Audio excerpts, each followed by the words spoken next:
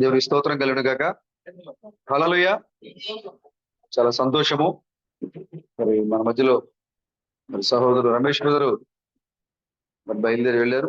Brother పొద్దుటే మరి phone చేసినప్పుడు మరి వర్షం పడుతుంది కదా బ్రదర్, మీరు ఆగిపోతే మంచిది, మీరు తడుచుకుంటూ రావడం వల్ల ఇబ్బంది పడతారంటే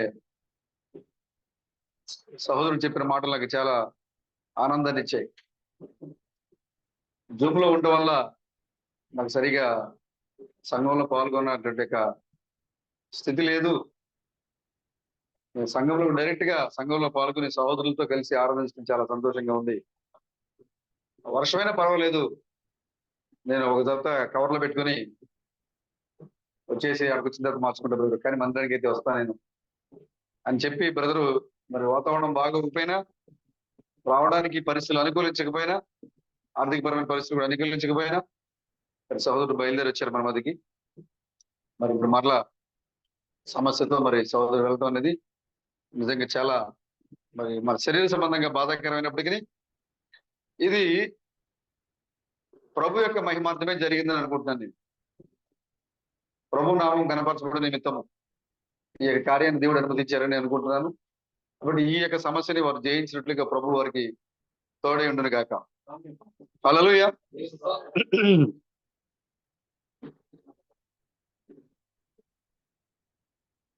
పరిశుద్ధ గ్రంథం అంతటిలో పౌలు గారు రాసిన పత్రికల్లో ఫిలిప్పీయులకు రాసిన పత్రిక చాలా గొప్ప పత్రిక. సంతోషాన్ని, సంఘంలో ఉండే కార్యాల గురించి వర్ణిస్తూ పౌలు గారు రాశారు. నేను చదివాను చాలా సార్లు, కానీ ఇప్పుడు ఈ మధ్యన చదివినప్పుడు చాలా బాగా మరి ఫిలిప్పీయుల సంఘంలో ఉండే వారిని ఆయన వారి పరిచర్యని మరి పొగుడుతూ ఆ పత్రిక రాశారని. ఈ పత్రిక రాసేటప్పుడు పౌలు గారు ఎక్కడున్నారంటే చెరసాల్లో ఉన్నారు. చెరసాల్లో ఉండి రాశారు ఈ పత్రికని. ఈ యొక్క మాసిదోనియాలో ఉన్న సంఘము, మనం అపోస్తల కార్యాలు 16వ అధ్యాయం చూస్తే మనకు అక్కడ ఈ విషయాలు కనబడతా ఉంటాయి. 16వ అధ్యాయంలో, అపోస్తల 16వ అధ్యాయంలో మనకి ఈ విషయాలు కనబడతా ఉంటాయి. ఆసియాలో పరిచర్య చేస్తా ఉంటే పౌలు తన యొక్క శిష్యులతో కలిసి తిరుగుతున్నప్పుడు అక్కడ చాలా మంది అడ్డంకి పరిచారు. వారి యొక్క పరిచర్య చేయకుండా పరిశుద్ధాత్మ కూడా ఆటంకపరిచింది అక్కడ పరిచర్య చేయొద్దని. ఆ సమయంలో పౌలుకు ఒక దర్శనం వచ్చింది.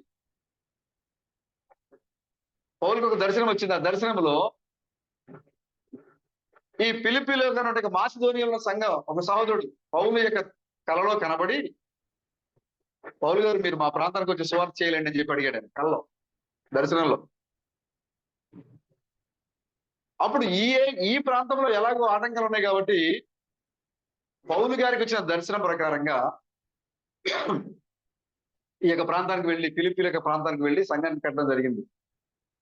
మిగతా ప్రాంతాల్లో కట్టిన సంఘాలు అయితే పౌలు సంచరిస్తూ తన యొక్క 3 యాత్రల్లో, పౌలు యొక్క మొదటి యాత్ర, 2వ యాత్ర, 3వ యాత్ర, విదేశీ పర్యటన, 3 యాత్రలో తను తిరిగిన ప్రదేశాల్లో పరిచర్య చేసుకుంటూ దేవుని యొక్క నామాన్ని ఘనపరుస్తూ అనేక మందిని క్రీస్తు వైపు తిప్పుతూ పరిచర్య చేసుకుంటూ వెళ్ళారు.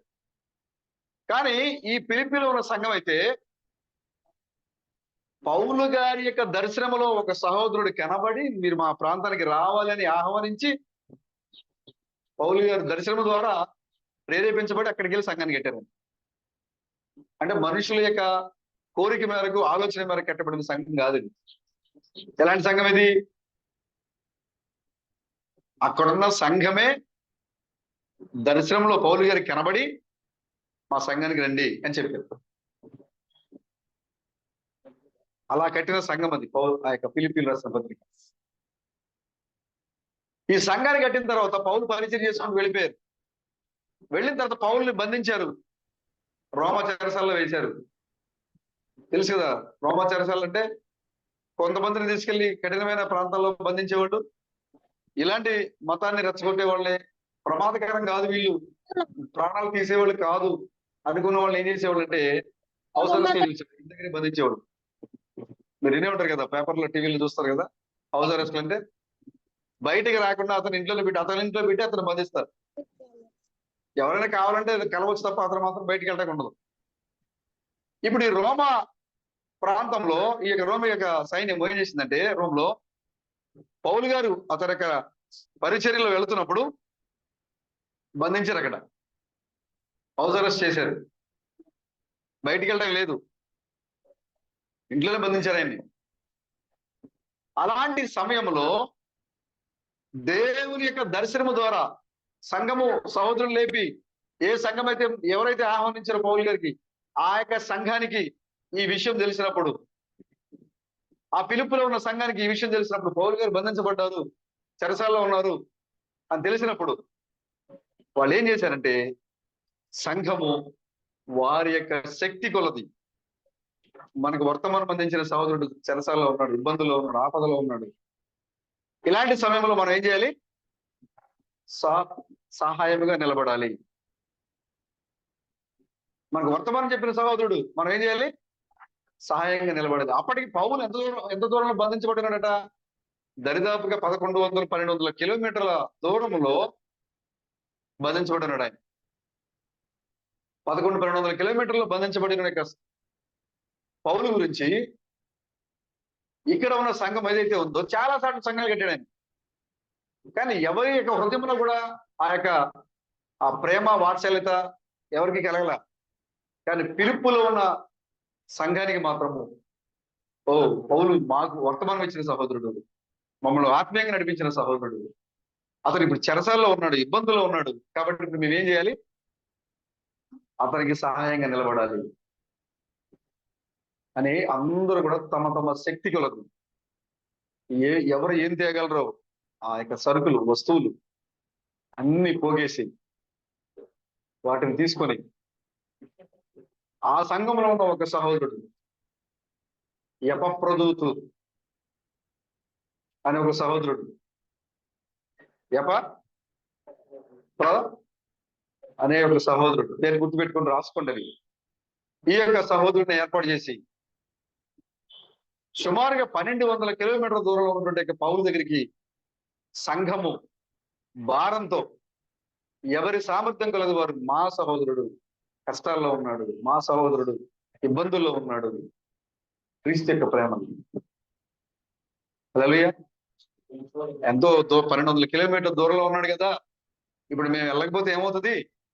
అక్కడ ఇంకా చాలా మందికి మెసేజ్ ఇచ్చాడు ఆయన, వాళ్ళల్లో ఎవరైనా సహాయం చేస్తారులే, అంత దూరం ఇప్పుడు మేము ప్రయాణం చేసి వెళ్ళాలనుకున్నా ఇప్పుడు మనలాగా వాహనాలు ఏమి లేవు వాళ్ళకి, చాలా సముద్ర ప్రయాణాలు చేయాలి, లేదా గుర్రం మీద ప్రయాణాలు చేయాలి, గాడిదల మీద ప్రయాణం చేయాలి, నెలల తరబడి ప్రయాణం చేయాలి 200 కిలోమీటర్లు అంటే. మరి ఇలాంటి పరిస్థితుల్లో వాళ్ళు వారి యొక్క సహోదరుడు సమస్యలో ఉన్నాడు, ఇబ్బందుల్లో ఉన్నాడు అని తెలిసినప్పుడు ఎవరికి వాళ్ళు, ఫిలిప్పీలో ఉన్న సంఘం ఎవరికి వాళ్ళు, మాకెందుకులే, మాకు అవసరం లేదులే, ఇంకా చాలా మంది ఉన్నారు ఆయన సంఘం మెసేజ్ చెప్పినట్టు సంఘాలు చాలా ఉన్నాయి, వాళ్ళు సహాయం చేస్తారులే అని వాళ్ళు అనుకోలేదు. పౌలు గారు అంటారు, ఫిలిప్పీ పత్రిక మీ తర్వాత చదవండి, ఇంటికి వెళ్ళిన తర్వాత, చాలా అద్భుతమైనటువంటి పత్రిక, పరిశుద్ధ గ్రంథంలో ఫిలిప్పీలు రాసిన పత్రిక చాలా అద్భుతమైన పత్రిక. మిగతా పత్రికల్లో అయితే ప్రతి సంఘాన్ని పౌలు గారు ఖండిస్తూ బుద్ధి చెప్పుచు మేము హెచ్చరిస్తానని చెప్పి రాసుకుంటూ వచ్చారు. కానీ ఇక్కడ ఫిలిప్పీలో ఉన్న సంఘానికి ఆయన మాట్లాడలేదు.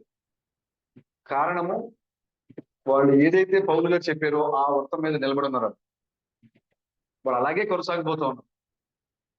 ఏదైతే పౌలు గారు సందేశం ఇచ్చారో, ఏదైతే ఆ గడికి సంబంధించిన వర్తమానం ఉందో ఆ వర్తమానంలో వాళ్ళ విశ్వాసంతో అలాగే కొనసాగిపోతూ ఉన్నారు.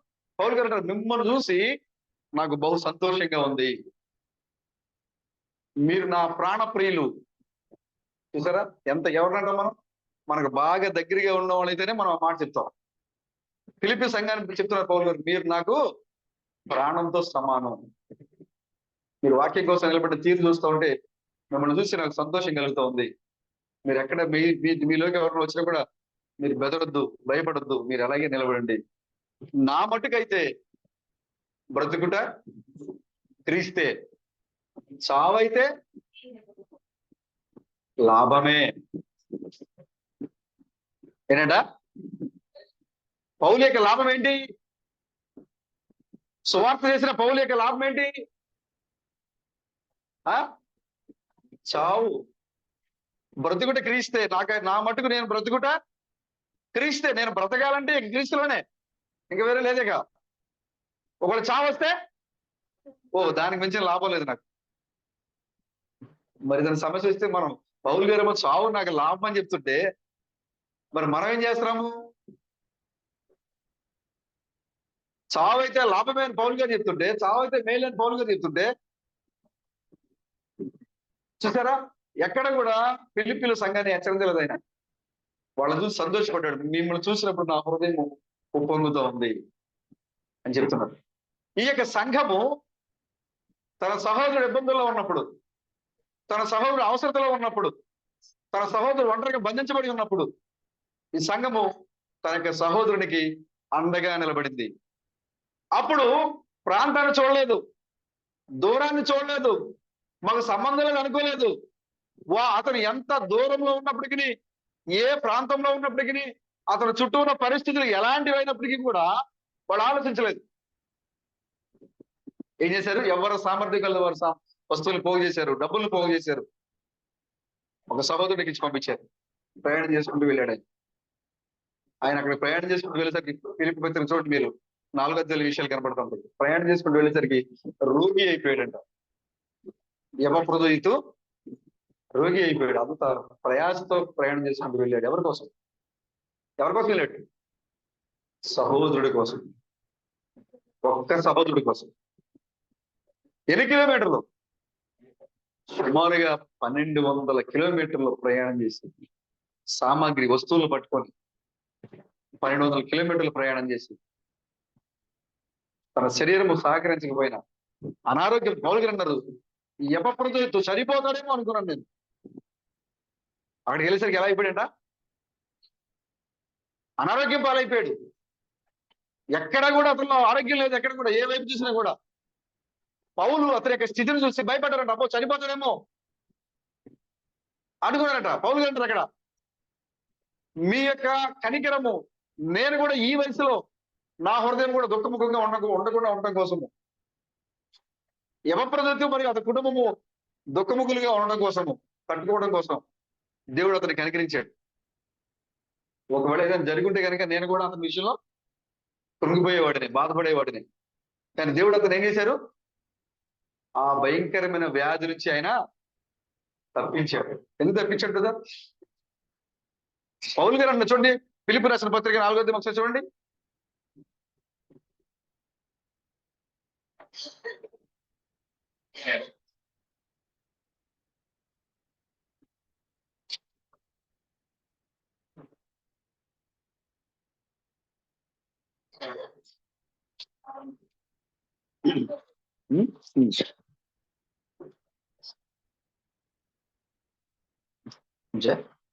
తర్వాత మీరు ఇంటికి వెళ్తారు, చదవండి, కొన్ని చూద్దాం.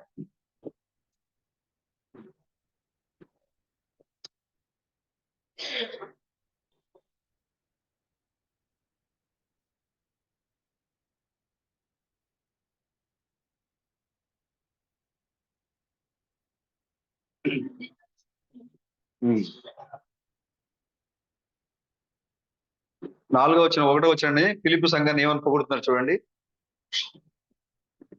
కావున నేను ఆపేక్షించు నా ప్రియ సహోదరులారా, నా ఆనందమును నా కిరీటమై ఉన్న ప్రియులారా, ఏమంటారు? నా కిరీటము నా ఆనందము మీరే. ఎందుకని? ఒక్క సహోదరుడు ఆపదలో ఉంటే నాకెందుకులే అనుకోలేదు వాళ్ళు. ఒక్క సహోదరుడే కదా అనుకోలేదు, లేదా దూరంలో ఉన్నాడు కదా అనుకోలేదు వాళ్ళు. నా సహోదరుడు ఇబ్బందుల్లో ఉన్నాడు, అవసరతలో ఉన్నాడు, చెరసాలలో ఉన్నాడు. కాబట్టి మిగతా సమయాల్లో ఎలా ఉన్నా సరే, ఇబ్బందుల్లో ఉన్నప్పుడు మాత్రమే సంఘం అతనికి అండగా నిలబడాలి. ఎప్పుడైతే పౌలు దగ్గరికి వాళ్ళు పంపించారో, పౌలు ఏమన్నారంటే, ఈ సంఘము నా ప్రాణ సమానము, నా ఆనందము, ఈ సంఘము నా కిరీటము. ఎందుకంటే నేను క్రీస్తుని పోలి నడుచుకున్న ప్రకారం మీరు నన్ను పోలి నడుచుకుంటున్నారు. నడుచుకోండి. ఈ పత్రిక ఏం నేర్పిస్తా ఉంది నీకు? ఈ సంఘం ఎలాంటి సంఘము? మనుష్యుల చేత నిర్ణయించబడిన సంఘం కాదు ఇది. దేవుడే దర్శనము ద్వారా ఫిలిప్పీలో సంఘంలో ఉన్న ఒక సహోదరుడు పౌలుకి దర్శనంలో కనబడి అతని చేత నిర్మించబడిన సంఘం ఇది. మనుషులతో నిర్మించబడిన సంఘం కాదు ఇది. మనుషుల చేత నిర్మించబడిన సంఘం కాదు. కాబట్టి వారికి ఒక సహోదరుడు ఇబ్బందులు ఉన్నా, 10 మంది సహోదరులు ఇబ్బందులు ఉన్నా, వాళ్ళు ఏమనుకుంటారంటే పౌలు గారు దగ్గర ఏదైనా సరే నువ్వు నీ మట్టుకే కాక నీతో ఉన్న వారికి కూడా అది నేనే అన్నట్టుగా ప్రవర్తించమన్నాడు. నువ్వు ఎలాగైతే నిన్ను గురించి నువ్వు ఆలోచిస్తావో, లేదా నీ యొక్క సొంత అవసరం కోసం నువ్వు ఆలోచిస్తావో, అలాగే నీ సహోదరులు కూడా నువ్వు అలాగే ఆలోచించాలి. ఇది కేవలం ప్రేమ గురించి రాయబడినట్టుగా పత్రిక. అంతేకాదు పౌలు గారు చాలా పత్రికలు రాశారు. దీంట్లో ఈ సంఘానికి కొత్త పేరు గురించి మాట్లాడారు. ఫిలిప్పీ పత్రికలోనే ఇక సంఘానికి దేవుడు కొత్త పేరు ఇవ్వబోతున్నాడు. అన్ని నామాలు కంటే పైన ఉండబోతుంది ఆ నామం. మిగతా వాళ్ళకి చెప్పలేదండి. అంతేకాకుండా ఆయన ఏమన్నారు చూడండి, 1వ అధ్యాయం చూడండి ఒకసారి. ఫిలిప్పీ 1 చూడండి ఏమంటారు? 3వ వచనం.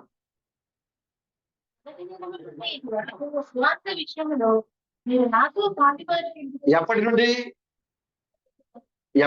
ఫిలిప్పీలు రాసిన ఫిలిప్పీలో ఉన్న సంఘము ఎప్పటి నుంచి పౌలు గారితో ఉన్నారట? వర్తమానము అంగీకరించిన మొదటి దినము నుండి. మీరు వర్తమానంలోకి వచ్చిన మొదటి రోజు నుండి పరిచర్యలో పాల్గొనవుతున్నారు. మీరు ఎలా పరిచర్యలో పాల్గొనవుతున్నారు? మీరు సోదరు సతీష్ గారు ఉదాహరణకి ఒక ప్రాంతానికి వెళ్ళి వర్తమానం ఇవ్వాలనుకున్నారు. ఆ ప్రాంతానికి వెళ్ళి వర్తమానం ఇవ్వాలనుకున్నప్పుడు మనం అందరూ అక్కడికి వెళ్ళి ఆ ప్రాంతానికి మనం వెళ్ళలేం. మన అవసరాలు కావచ్చు, లేదా మనకున్న ఆ వనరులు కావచ్చు, లేదా మన పరిస్థితులు కావచ్చు, మనం వెళ్ళలేం. అలాంటి సమయంలో మనం ఏం చేయాలి? ఎవరైతే ఆ ప్రాంతానికి వర్తమానం చెప్పడానికి వెళుతున్నారో ఆ సహోదరునికి మనము అండగా నిలబడాలి. పాలి భాగస్థులు అవ్వాలట. పౌలు గారు అదే చెప్తున్నారు అక్కడ. మొదటి దినము నుండి మీరు నాతో పాలివారే. ఎలా? ఇప్పుడు సహోదరికి ఆ యొక్క మనం అండగా నిలబడి ఆ వర్తమానం చెప్పడానికి అక్కడ పంపించినప్పుడు ఉదాహరణ సహోదరు 5 మందిని మెసేజ్ ఇచ్చారనుకోండి, అక్కడ ఉన్నది ఒక్క సహోదరుడే. కానీ అక్కడ సహోదరు అక్కడికి వెళ్ళి మెసేజ్ చెప్పడానికి నువ్వు అండగా నిలబడ్డావు కాబట్టి, దాంట్లో పరిచర్యలో నువ్వు కూడా పాలు పంచుకున్నావు కాబట్టి నువ్వు కూడా అక్కడే ఉన్నావు. చూసారా?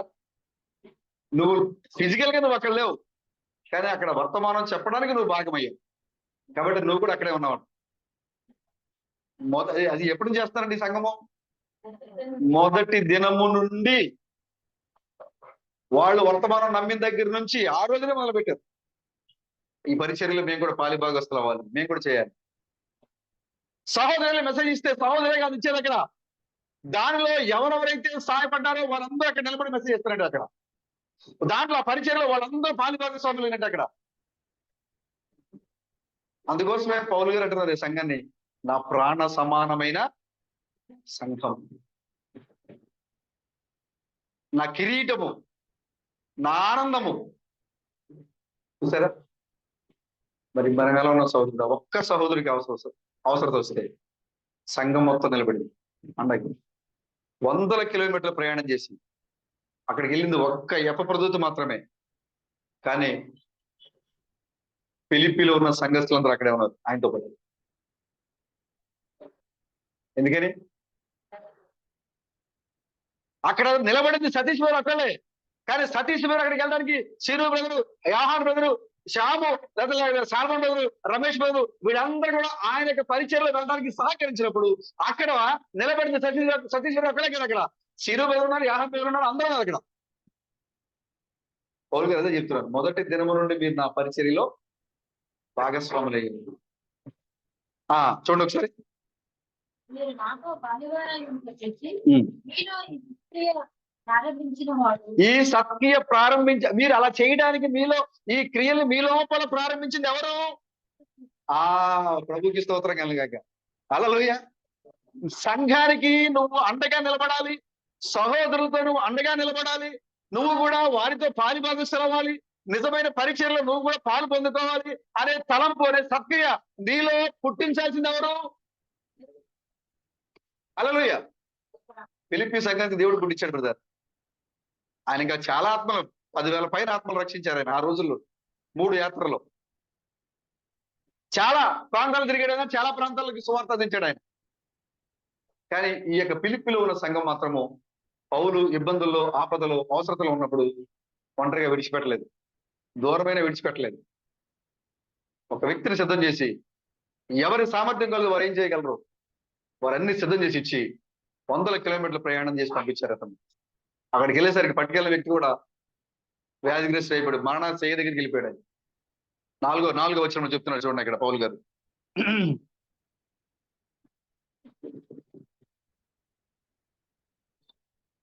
2వ వచనం, ప్రభువునందు ఏక మనసు గలవారే ఇండుడని యవదియను సుంటికేసును బతుమాలుకొనిచున్నాను. అవును, నిజమైన సహకారి ఆ స్త్రీలు క్లెమెంతుతోనూ నా ఇతర సహకారులతోనూ సువార్త పనులు నాతో కూడా ప్రయాసపడిన వారు కనుక వారికి సహాయం చేయమని నేను వేడుకొంచున్నాను. ఆ సహకారుల పేర్లు జీవ గ్రంథమందు ప్రభుకి స్తోత్రం కలుగాక. నీవు సంఘములో సహకారిగా నిలబడినప్పుడు, సహోదరులు అవసరతలో ఉన్నప్పుడు సహకారిగా నిలబడినప్పుడు నీ పేరు ఎక్కడ రాయబడుతుంది?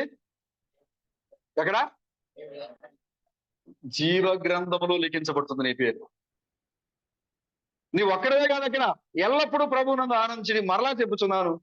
మరలా చెప్పుదును ఆనందించుడి. మీ సహనమును సకల జనులకు తెలియబడనీయుడి. ప్రభువు సమీపంగా ఉన్నాడు. దేనిని గూర్చి చింతపడకుడు గాని ప్రతి విషయంలోనూ ప్రార్థన విజ్ఞాపన చేత కృతజ్ఞతా పూర్వకముగా మీ విన్నపములు దేవునికి తెలియజేయుడి. అప్పుడు సమస్త జ్ఞానమునకు మించిన దేవుని సమాధానము యేసుక్రీస్తు వలన మీ హృదయములకును మీ తలంపులకును కావలి ఉండును. హల్లెలూయా. మీరు అలా నిలబడినప్పుడు సకల జ్ఞానాలకి మించిన దేవుని సమాధానం మీతో ఉండిపోతుంది. సరే, ఈ పత్రిక అల్టిమేట్ గా ఈ పత్రిక చెప్పేది ఏంటంటే, ప్రేమించుడి, మీ యొక్క సహనాన్ని లోకానికి తెలియనియండి, మీరు ప్రేమించండి. ఒక్క సహోదరుడే కదా, పర్వాలేదులే అని మీరు అనుకోవద్దు. సంఘములో ఒక్క సహోదరుడు ఆనందపడితే మనకందరికీ ఆనందమే. ఎందుకంటే మన శరీరంలో మనకి సంతోషం కలిగితే శరీర భాగాలన్నీ కూడా ఏం చేస్తాయి? సంతోషపడతాయి. దానికి తగ్గట్టుగానే ప్రవర్తిస్తాయి, కదులుతాయి అవయవాలు. దుఃఖం కలిగితే దానికి తగ్గట్టుగానే మన దేహము ప్రతిస్పందిస్తుంది. అలాగే సంఘంలో ఒక సహోదరుడు ఇబ్బందులో ఉన్నప్పుడు, ఇది ముఖ్యంగా సంఘానికి ఇప్పుడు చాలా అవసరమైన వస్తువు, ఇది చాలా మరి పెళ్లి కుమార్ ధరించాల్సిన ఆభరణం ఇది, ప్రేమ అనేది. వాక్యాన్ని తెలుసుకున్నావు నువ్వు, పరిశుద్ధ మర్మాలన్నీ కూడా నువ్వు 7 మర్మాన్ని, పరిశుద్ధ గ్రంథంలో ఉన్న 7 మర్మాన్ని నువ్వు తెలుసుకున్నావు. ఆ 7 మర్మాన్ని తెలుసుకున్నా నీవు ఈ చిన్న ఆభరణమే నీకు ఇది, కానీ ఇది ముఖ్యమైన ఆభరణం నీకు ఇది. ప్రేమ అనేది చాలా ముఖ్యమైన ఆభరణం, ఇది ధరించాలి ఇప్పుడు నువ్వు సంఘంలో, ఇది తెలుసుకోవాలి నువ్వు. అక్కడ నువ్వు పరిచర్లో భాగస్వాములు అవ్వాలి, సహోదరు ఇబ్బందులు ఉంటే భాగస్వాములు అవ్వాలి. ఎక్కడ సహోదరులు దుఃఖపడుతుంటే మనం కూడా దుఃఖపడాలి, సహోదరు ఆనందపడుతుంటే మనం కూడా ఆనందపడాలి. ఎందుకంటే అతను నా శరీరంలో భాగమై ఉన్నాడు, మనము కూడా క్రీస్తు యొక్క శరీరంలో భాగస్థులమై ఉన్నాం. మనం అందరము ఒక శరీరంలో మనందరం కూడా మరి భాగమై ఉన్నాం మనమందరం కూడా. కాబట్టి ఇప్పుడు చూడండి, నాకు ముఖం మీద దెబ్బ తగిలింది అనుకోండి, నాకెందుకులే అనుకుంటుందా? చాలు, నాకెందుకులే, పైన తగిలింది కదా అని కన్ను అనుకుంటుందా? అనుకోదు. నా శరీరంలో ఎక్కడ దెబ్బ తగిలినా ఆటోమేటిక్ గా కన్ను ఏం చేస్తుంది? స్పందిస్తుంది. ఆటోమేటిక్ చేయి ఏం చేస్తుంది? ఎక్కడైతే దెబ్బ తగిలింది నాకు వెళ్ళిపోయి సరి చేస్తుండదు, ఊరుకు. ఎందుకని? తగిలింది ఎక్కడో కదా, నాకెందుకే అనుకుంటుందో చెయ్యి అనుకోదు. క్షణాల్లో మనకి ఎక్కడైతే నొప్పి వచ్చిందో చెయ్యి అక్కడికి వెళ్ళిపోతుంది. ఎందుకంటే దానిలో భాగమైంది చెయ్యి కూడా. దాని యొక్క బాధను పంచుకుంటూ ఉంది ఇది కూడా. కాబట్టి ఆ యొక్క పిలుపులో ఉన్న సంఘం వలె ఎఫెసు సంఘం వలె నేరం మోపడుతు మీ మీద. ఫిలిప్పీలో ఉన్న సంఘం వలె మీరు కూడా ప్రేమలో ఒకరినొకరు ఆదరించుకోండి, ఒకరినొకరు హెచ్చరించుకోండి, ఒకరినొకరు కలిసి ఉండండి, పరిచర్యలు పాలుభాగస్తులు కండి. క్రీస్తు నామాన్ని గురించి మరింత మందికి చెప్పడానికి మీరు ఈ లోకం నుంచి రూపాంతరపరచబడి వెళ్ళిపోయేంత వరకు కూడా మీ మీద ఉన్న బాధ్యతని మీరు పరిపూర్ణంగా నిర్వర్తించండి. పౌలు గారు చెప్తున్నట్లుగా మీరు నాకు ఏది కొదువుగా నాకు మీరు ఇవ్వాలి. చూడండి, లాస్ట్ లో చెప్తున్నా చూడండి. తర్వాత మీరు ఇంటికి వెళ్ళిన తర్వాత ఈ యొక్క ఫిలిప్పీ పత్రిక మీరు చదవండి, చాలా జాగ్రత్తగా మీరు చదవండి, మీకు అన్ని విషయాలు అర్థమవుతాయి. 14వ వచనం నుంచి చదువుతాం చూడండి. 14 నుంచి 13 నుంచి. నన్ను బలపరచవాని అందే నేను సమస్తము చేయగలను. ఆయనను నా శ్రమలలో మీరు పాలు పంచుకునేది మంచి పని. ఏనండా, నేను శ్రమల్లో ఉన్నాను, ఇబ్బందుల్లో ఉన్నాను, మీరు నన్ను ఏం చేశారు? నా శ్రమలో మీరు పంచుకున్నారు. నీవు చేయగలిగిందే చేసావు. ఏం చేస్తున్నావు నువ్వు? అప్పుడు ఆ శ్రమను నువ్వు పంచుకుంటున్నావు, ఆ సహోదరుని యొక్క దుఃఖాన్ని నువ్వు పంచుకుంటున్నావు. నువ్వు చేసే సహాయము ఆ సహోదరుని యొక్క శ్రమలో, నిందల్లో, అవమానాల్లో, ఆ యొక్క దుఃఖంలో దాన్ని కూడా నువ్వు పంచుకుంటున్నావు. పౌలుగా చెప్తాను చూడండి, మీరు చేసినది మంచి పనే, అయినను నా శ్రమలలో మీరు పాలు పుచ్చుకునేది మంచి పని. ఫిలిప్పీలారా, సువార్తను నేను బోధింపను ఆరంభించి మాసిదోనియాలో నుండి వచ్చినప్పుడు ఇచ్చి విషయంలోను పుచ్చుకొని విషయంలోను మీరు తప్ప మరి ఏ సంఘపు వారును నాతో పాలువారు కాలేదని.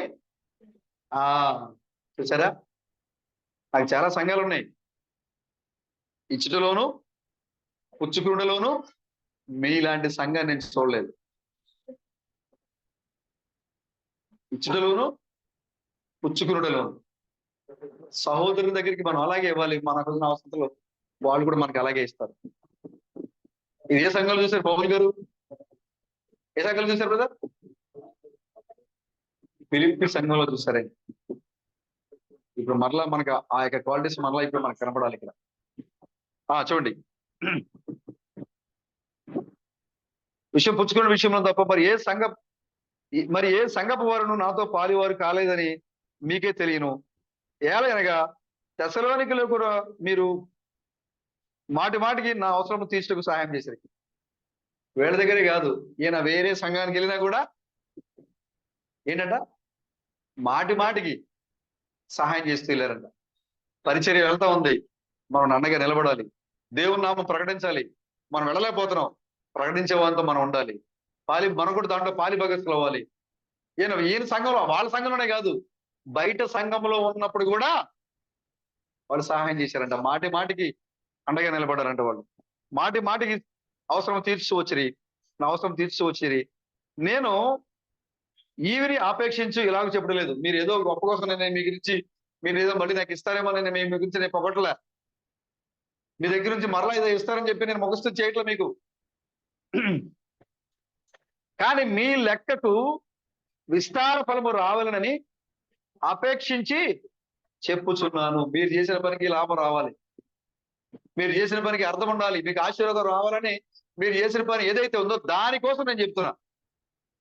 మీరు నా పరిచర్యలో పాలుభాగస్తులు అయ్యారు. ఇబ్బందులు ఉన్నప్పుడు, నా శ్రమలో ఉన్నప్పుడు నాతో పాటు ఉన్నారు. మీరు ఉన్నారని మీకు ఎందుకు చెప్తున్నానంటే, మీరు లాభాపేక్షలు కావాలి. ఎలా అంటే దేవుని మహిమ నుంచి మీరు మరి ఎక్కువగా పొందుకోవాలి, మీరు ఆశీర్వాదం తెచ్చుకోవాలి. మీరు దానికోసమే నేను చేస్తా ఉన్నాను. ఏదో మీ నుంచి ఈవి కోసము, మీ నుంచి ఇంకా పౌలు గారు, యోహాన్ గారు మంచోడండి, ఆయన నాకు వెళ్ళేసరికి నాకు డబ్బులు ఇచ్చేదనుకో, మళ్ళీ ఈసారి 100 రూపాయలు ఇస్తే 200 ఇస్తాడేమో అని నేను పొగట్లే. ఇప్పుడు యోహాన్ బ్రదర్ పొగిడారు అనుకోండి, ఇప్పుడు 100 ఇచ్చాడు నాకు ఆయన, పొగిడారు అనుకోండి, యోహాన్ బ్రదర్ పొగిడారు, ఇప్పుడు గట్టిగా మళ్ళీ పొగడాలి, గట్టిగా సంఘంలో పొగిడారు అనుకో, ఈసారి ఇస్తే నాకు 200 ఇస్తాడు అనే ఉద్దేశంతో కాదు, చేసింది కాదు. మీకు లాభం కావాలి, ఆశీర్వాదం కావాలి, మీరు ఏం చేస్తున్నారో తెలియాలి. నేను వేరే సంఘంలో ఉన్నా మీరు నాకు సహాయం చేస్తున్నారు, మీరు ఏం చేశారు అది అర్థం కావాలి. దానికోసమే నేను ఈ విషయాలు చెప్తా ఉన్నా. ఒక విశ్వాసికి ఈ కాలంలో, ఈ సమయంలో ఎలాంటి మరి విశ్వాసాన్ని బలపరిచే మాటలు బ్రదర్. హల్లెలూయా. చూడండి, వాక్యం తెలుసుకోవడం మీకు గొప్ప విషయం కాదు బ్రదర్. అంతే. అంత్యకాల స్వార్థలు ఉన్నవారు కూడా వాక్యాన్ని తెలుసుకున్నారు. ఎంటే మెసేజ్ లో ఆ డినామినేషన్ లో ఉన్న వాళ్ళు కూడా ఈ వాక్యం తెలుసుకుంటున్నారు, వింటున్నారు. వాళ్ళు కొన్ని విషయాలు వాళ్ళు నమ్ముతున్నారు. నువ్వే కాదు. నువ్వు వాక్యాన్ని నమ్మటం పెద్ద విశేషం కాదు. ఆ నమ్మిన వాక్యాన్ని ఎంతవరకు నువ్వు లాభసాధకంగా మారుస్తున్నావు. లాభసాధకంగా మార్చడం అంటే అర్థం ఏంటి? సంఘములో నీవు కూడా భాగం అవ్వాలి. మాత్రమే నీ అవసరాలు మాత్రమే, నీ కుటుంబం మాత్రమే, నీవు కాదు, సంఘములో నీవు కూడా భాగస్వామి కావాలి. ఈ యొక్క పరిచర్యలో పౌలు గారు ఎక్కడుంటే అక్కడ వీళ్ళు ఎందుకు సహాయం చేస్తున్నారు? పరిచర్య విస్తరించాలి. అందుకోసం పౌలు గారు ఈ విషయాన్ని మరలా తిరిగి లెటర్ రాస్తున్నాడు. అక్కడ కింద చదువుతాం చూడండి. చెప్పడం లేదు కానీ లెక్కకు విస్తార ఫలము రావాలని ఆపేక్షించి చెబుచున్నాను. నాకు సమస్తమును సమృద్ధిగా కలిగి ఉన్నది.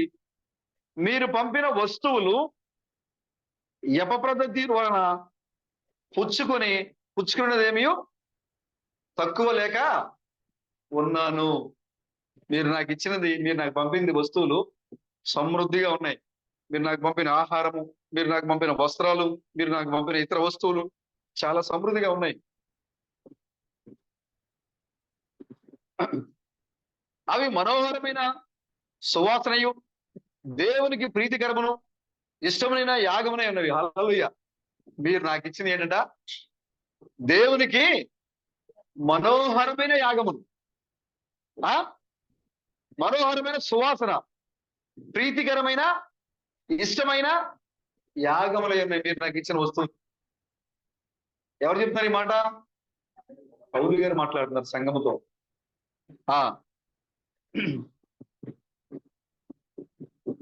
కాగా దేవుడు తన ఐశ్వర్యము చొప్పున క్రీస్తు యేసునందు మహిమలో మీ ప్రతి అవసరము తీర్చును.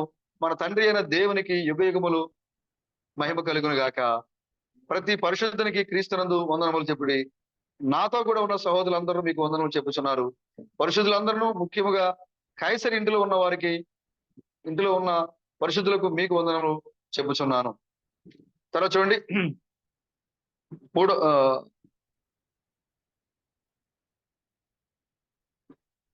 2వ అధ్యాయం 26వ వచనం.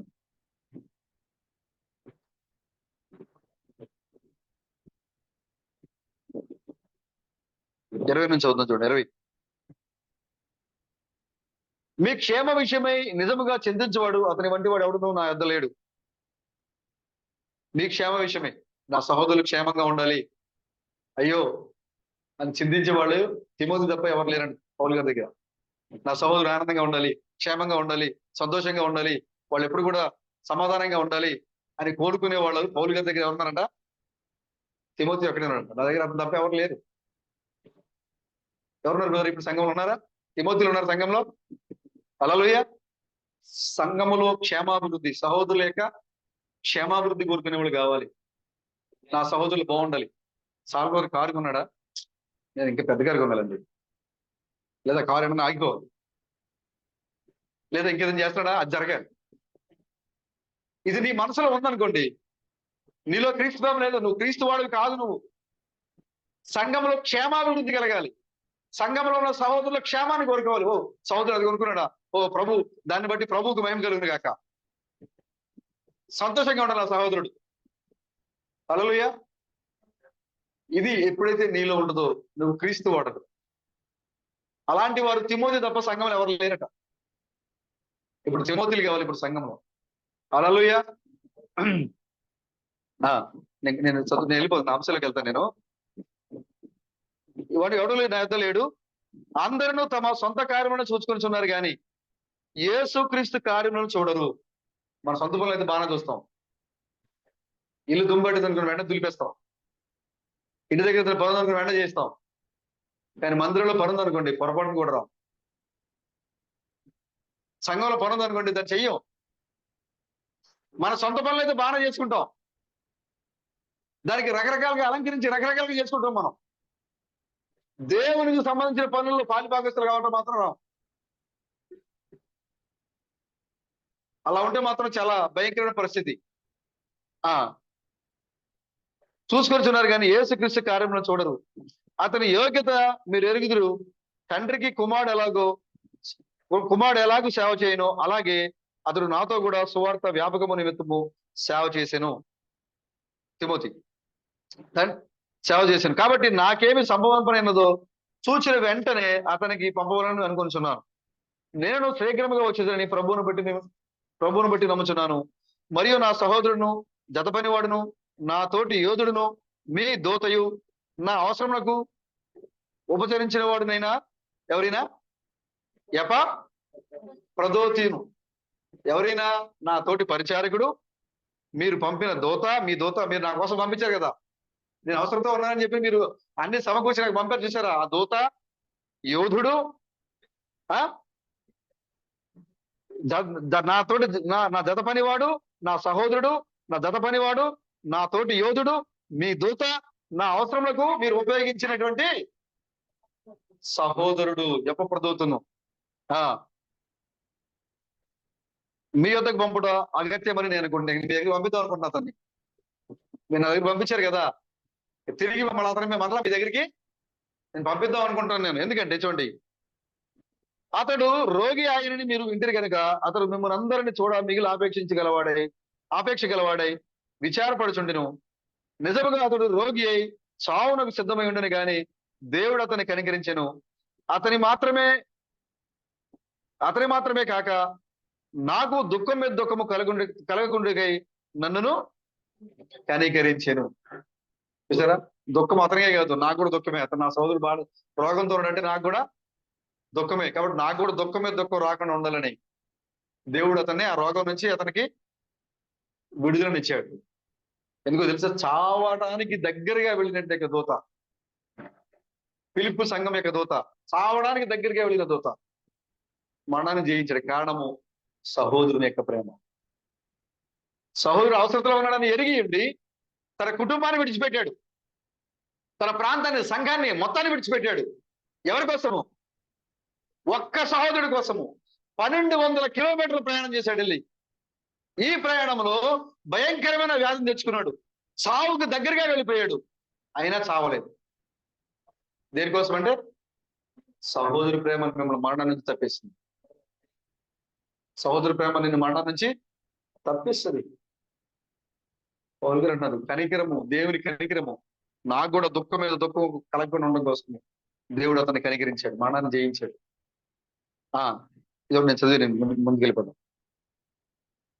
అతని మాత్రమే కాక నాకు దుఃఖం మీద దుఃఖము కలగకుండా నన్ను కనికరించను. కాబట్టి మీరు అతన్ని చూచి మరలా సంతోషించే నిమిత్తము నాకున్న దుఃఖము తగ్గు నిమిత్తమును అతని మరీ శీఘ్రముగా పంపితిని. నా ఎడల మీ ఉపచర్యలో ఉన్న పొదువును తీర్చకే అతడు తన ప్రాణములను లక్ష్య పెట్టగా. చూసారా, సహోదరి కొరకు ఏం చేశాడు బ్రదర్ అరేణేష్ గారు అన్నారా? సహోదరి కొరకు తన ప్రాణమునైనను లక్ష్య పెట్టక 100 కిలోమీటర్లు ప్రయాణం చేసి వెళ్ళాడు. ప్రభుకి స్తోత్రం కలుగును గాక. మేము కూడా దేవాజీ బదరికి వెళ్ళినప్పుడు దరిదాపు కాదు అంతే 700-800 కిలోమీటర్ల పైనే తెల్లవారులు కారు నడవడే చాలా ఉండదు. అక్కడ మరి ఉండటానికి పరిచర్యలు చేయడానికి అక్కడ స్కూల్లోనే ఉండేది. కానీ మాకదే మంచి బిల్డింగ్ లాగా కనపడింది. మాకదే పెద్ద 5 స్టార్ హోటల్ లాగా కనపడింది. మాకు డోర్ లేని బాత్రూమ్లు, కప్పు లేని బాత్రూమ్లు, పక్కనే పొలలో ఏరుకోవడం, నీళ్లు కాగబెట్టుకోవడం. చూసారా, మాకు ఎక్కడ కూడా అది మాకు హీనంగా కానీ తక్కువగా కానీ మాకు అనిపించాల, ఉన్నతంగా అనిపించింది. మాకు ఆ పరిచయం మాకు ఉన్నతంగా అనిపించింది అక్కడ.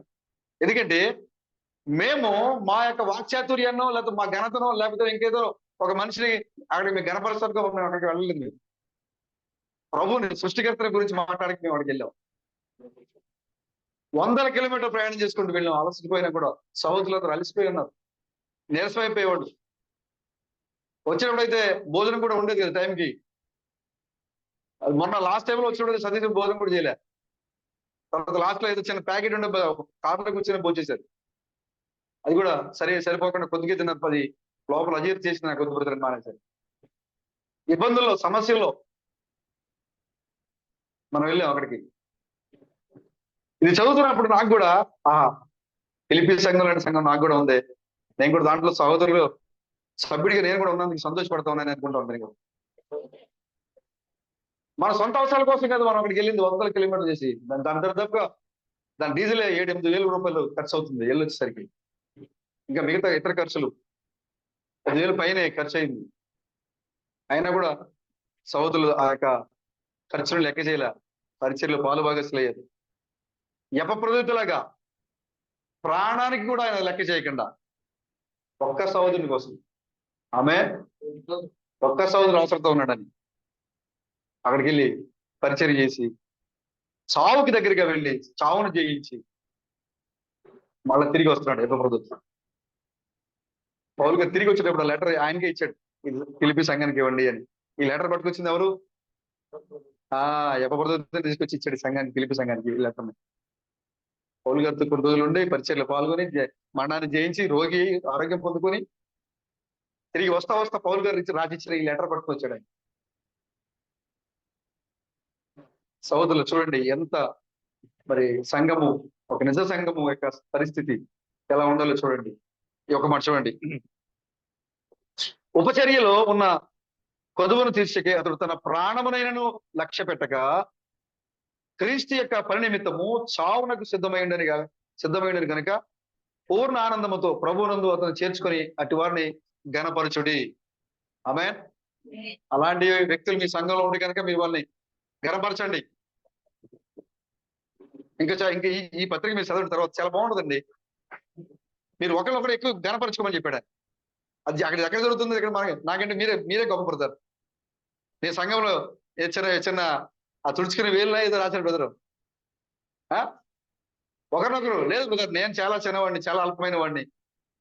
పౌలు గారు చెప్పారు మీరు అలా ఉండండి, మీరు ఒకరినొకరు కనపరుచుకోండి. నేను గొప్పవాడిని, నేను బాగా మాట్లాడతాను, నేను బాగా పాటలు పాడతాను, లేదా నేను బాగా పాటలు రాస్తాను, నాకు అన్ని బాగా తెలుసు అనేది మనసు నీలో ఉండకూడదు. నా సహోదరుడు బాగా పాటలు పాడతాడు, ఇగో నా సహోదరుడు వాక్యం బాగా చదువుతాడు, ఇగో నా సహోదరుడు ప్రార్థన బాగా చేస్తాడు, నాకంటే బాగా చేస్తాడు. మీరు ఒకరికి ఒకడు యోగ్యగా మీరు ఎంచుకోండి. పౌలు గారు ఇందులో చెప్తారు అన్నమాట. మీరు తర్వాత చదవండి, ఇంటికి వెళ్ళిన తర్వాత మీరు ఫస్ట్ చేయాల్సిన పని ఫిలిప్పీ పత్రిక చాలా జాగ్రత్తగా మామూలుగా పాఠ ద్వారా చదవదు. మీరు దీన్ని ఒక్కొక్క వచ్చినండి చాలా జాగ్రత్తగా అర్థవంతంగా అర్థం చేసుకుంటూ మీరు చదవండి. మీ విశ్వాసాన్ని మరింత బలపరుస్తుంది ఈ యొక్క పత్రిక. ఇలా ఈ యొక్క ఫిలిప్ సంఘం లాంటి సంఘం పౌలుకి వేరే లేదు. అలాగే సంఘానికి సంఘ కాపరికి సంఘంలో ఉన్న సహోదరులకి అండగా నిలబడిన సంఘం ఏదైనా ఉంది అంటే ఫిలిప్పీలో ఉన్న సంఘం. ప్రాణత్యాగం చేయడానికి ప్రాణాలు లక్ష్య పెట్టకుండా సహోదరికి సహాయం చేయబడిన సంఘం ఏదైనా ఉంది అంటే ఫిలిప్పీ సంఘం. చదవండి మీరు దాన్ని. తర్వాత అంతా ఈ పత్రిక అంతా అదే. కాబట్టి ఈ సమయంలో మరి ఎవరైతే సంఘంలో ఇబ్బందుల్లో ఉన్నారో, అవసరతలో ఉన్నారో, ఎవరైతే మరి నీ యొక్క సహాయం కొరకు, నీవిచ్చే సహాయం కొరకు వాళ్ళు ఎదురు చూస్తున్నారు, వాళ్ళకి నువ్వు ఖచ్చితంగా నీ వంతుగా నువ్వు చేయాలి. అది నీవు వాళ్ళకి చేసినట్లు కాదు, దేవునికే చేసినట్లు. ఆ సత్క్రియ నీలో రావాలి అంటే దేవుడే నీలో పుట్టించాలి. దేవుడే నీలో ఉన్నాడు అంటే ఆ సత్క్రియ నీలో ఆటోమేటిక్ వస్తుంది. నువ్వు పుట్టించుకోకర్లా. నేను కూడా ఇప్పుడు సత్క్రియ చేయాలి అని అనుకోవాలా? ఒక గులాబీ పువ్వు నేను పొద్దునే వికసించాలి ఎర్రగా వికసించాలి అని అనుకుంటుందా లోపల? అది అనుకుంటుందా? అనుకోదు. దాని యొక్క స్వభావమే ఆటోమేటిక్ గా విచ్చుకోవడంతోనే అది ఎరుపు రంగుతో వచ్చేస్తుంది. దానిలో ఉన్న లక్షణం అది. అవునా? అంతేగాని నేను ఎర్రగా ఉండాలి, నేను అలా ఉండాలి అని అది అనుకుని తనగా తయారు చేసుకోలేదు. అది చిరుతపులు ఏం చేస్తుంది తెలుసా? అది తనకున్న మచ్చలను బట్టి పుల్లిలా కనపడదు. కాబట్టి నేను కూడా పుల్ల, ఈ మచ్చలు లేకుండా ఉంటే నేను కూడా ఆ రంగు పుల్లా ఉంటాను అని చెప్పి దానికున్న నల్ల మచ్చలను అది ఏం చేస్తుందంట నాకేస్తూ ఉంటాను. తీసేయాలని తీసుకోవడానికి చెప్తున్నారు మెసేజ్. తీసేయాలని నాకేస్తూ ఉంటే అదేమవుతుందంట దాని మీద పడిన అప్పుడు దుబ్బగా ఉండి కొద్దిగా కనపడుతుంటది. అది ఇది నాకేయటం వల్ల ఆ దుమ్ము పోయి ఇప్పుడు ఈ మచ్చలు ఇంకా తెల్లగా ఇంకా కనపడుతుంది నేను బాగా స్పష్టంగా. అలాగే నువ్వు ఏదైనా ధరించుకోవాలని చూస్తే నీ స్వభావమే అలా ఉండాలి. నువ్వు ఏదైనా చేయాలని చూస్తే నీకు ఇంకా నీ లోపల స్వభావం పూర్తిగా బయటికి కనపడతావు. నువ్వు నటించాలని చూడలేవు, నటించలేవు. చూస్తే నీ అంతరంగ స్వభావం తెలిసిపోద్ది బయటికి. నువ్వు నటించాల్సిన అవసరం లేదు. నీ లోపల సత్క్రియ చేసేవాడు నీలో ఉండాలి. సహోదరికి క్షేమాభివృద్ధి కలిగించేవాడు నీలో ఉండాలి. సహోదరికి అండగా నిలబడేవాడు నీలో ఉండాలి. నీలో నువ్వు పుట్టించుకోకూడదు, నీలో ఉండాలి స్వతహాగా. ప్రభుకి స్తోత్రం కలుగును గాక. ఇప్పుడు ఫిలిప్పీలో ఉన్న సంఘం ఏ విధంగా అయితే మరి వాళ్ళు పాలి భాగస్తులు అయ్యారు. సహోదరికి నువ్వు ఆ వర్తమానం ఇచ్చినప్పుడు, వర్తమానం చెప్పడానికి పంపించినప్పుడు నువ్వు సహాయపడుతున్నావు, ఆ సహోదరునితో పాటుగా నువ్వు అక్కడికి వెళ్తున్నావు. నువ్వు ఇచ్చిన చిన్నదే కావచ్చు, నువ్వు చేసిన సహాయం చిన్నదే కావచ్చు. నువ్వు వెళ్ళడానికి ఏదైనా సహాయం ఏదో ఒక రూపంలో నువ్వు చిన్నగా నువ్వు రూపాయి ఇచ్చి ఉండొచ్చు కాక, కానీ ఆ పరిచయలో అక్కడ నువ్వు నిలబడి ఉన్నావు. అక్కడ అది ఫిలిప్పి సంఘం చేసింది. నేడు తిమోతిలో అవసరం, సంఘంలో క్షమాభివృద్ధి కోరే తిమోతి సంఘంలో అవసరం. తండ్రి కుమారుడు తన తండ్రి యొక్క పరిచయం కుమారుడు ఎలాగూ విస్తరింపజేస్తాడో అలాగే దేవుని యొక్క పరిచయం విస్తరింపజేసే కుమారులు సంఘంలో ఇప్పుడు అవసరం. పౌలు యొక్క పరిచయం విస్తరింపజేయడానికి తిమోతి కుమారుడిగా ఎలా పనిచేశాడో ఇప్పుడు దేవుని యొక్క పరిచయంలో పాలిభాగస్తులు తిమోతి లాంటి కుమారులు సంఘంలో ఇప్పుడు అవసరం. ఎక్కడికి వెళ్ళినా కూడా తిమోతి గురించి సాక్ష్యం ఇస్తాడు పౌలు గారు. తిమోతి గురించి సాక్ష్యం ఇస్తాడు. ఎందుకంటే అలా ఉన్నాడు ఆయన. ఆ కాలం వర్తమానికుడితో తిమోతి యొక్క పరిచర్య సహకారం అలా ఉంది. నా కుమారుడు అంటాడు ఆయన. పెళ్లి చేసుకోలేదు ఆయన, ధనవంతుడే, చదువు ఉంది, దేవుని కొరకు మొత్తాన్ని కూడా విడిచిపెట్టేశాడు. అలాంటి పౌలు గారు తిమోతి నా కుమారుడు, నా కుమారుడా అని పిలుస్తాడు. ఇది మనసులో ఎంత ప్రేమ అంటే వస్తుంది. మనకు సంబంధమైన ఒక సహోదరుని కుమారుడా అని పిలవాలంటే ఎంత ప్రేమ ఉంటే, వారి మధ్యలో ఎంత బాండింగ్ ఉంటే ఆ రిలేషన్ ఏర్పడుద్ది. అవునా?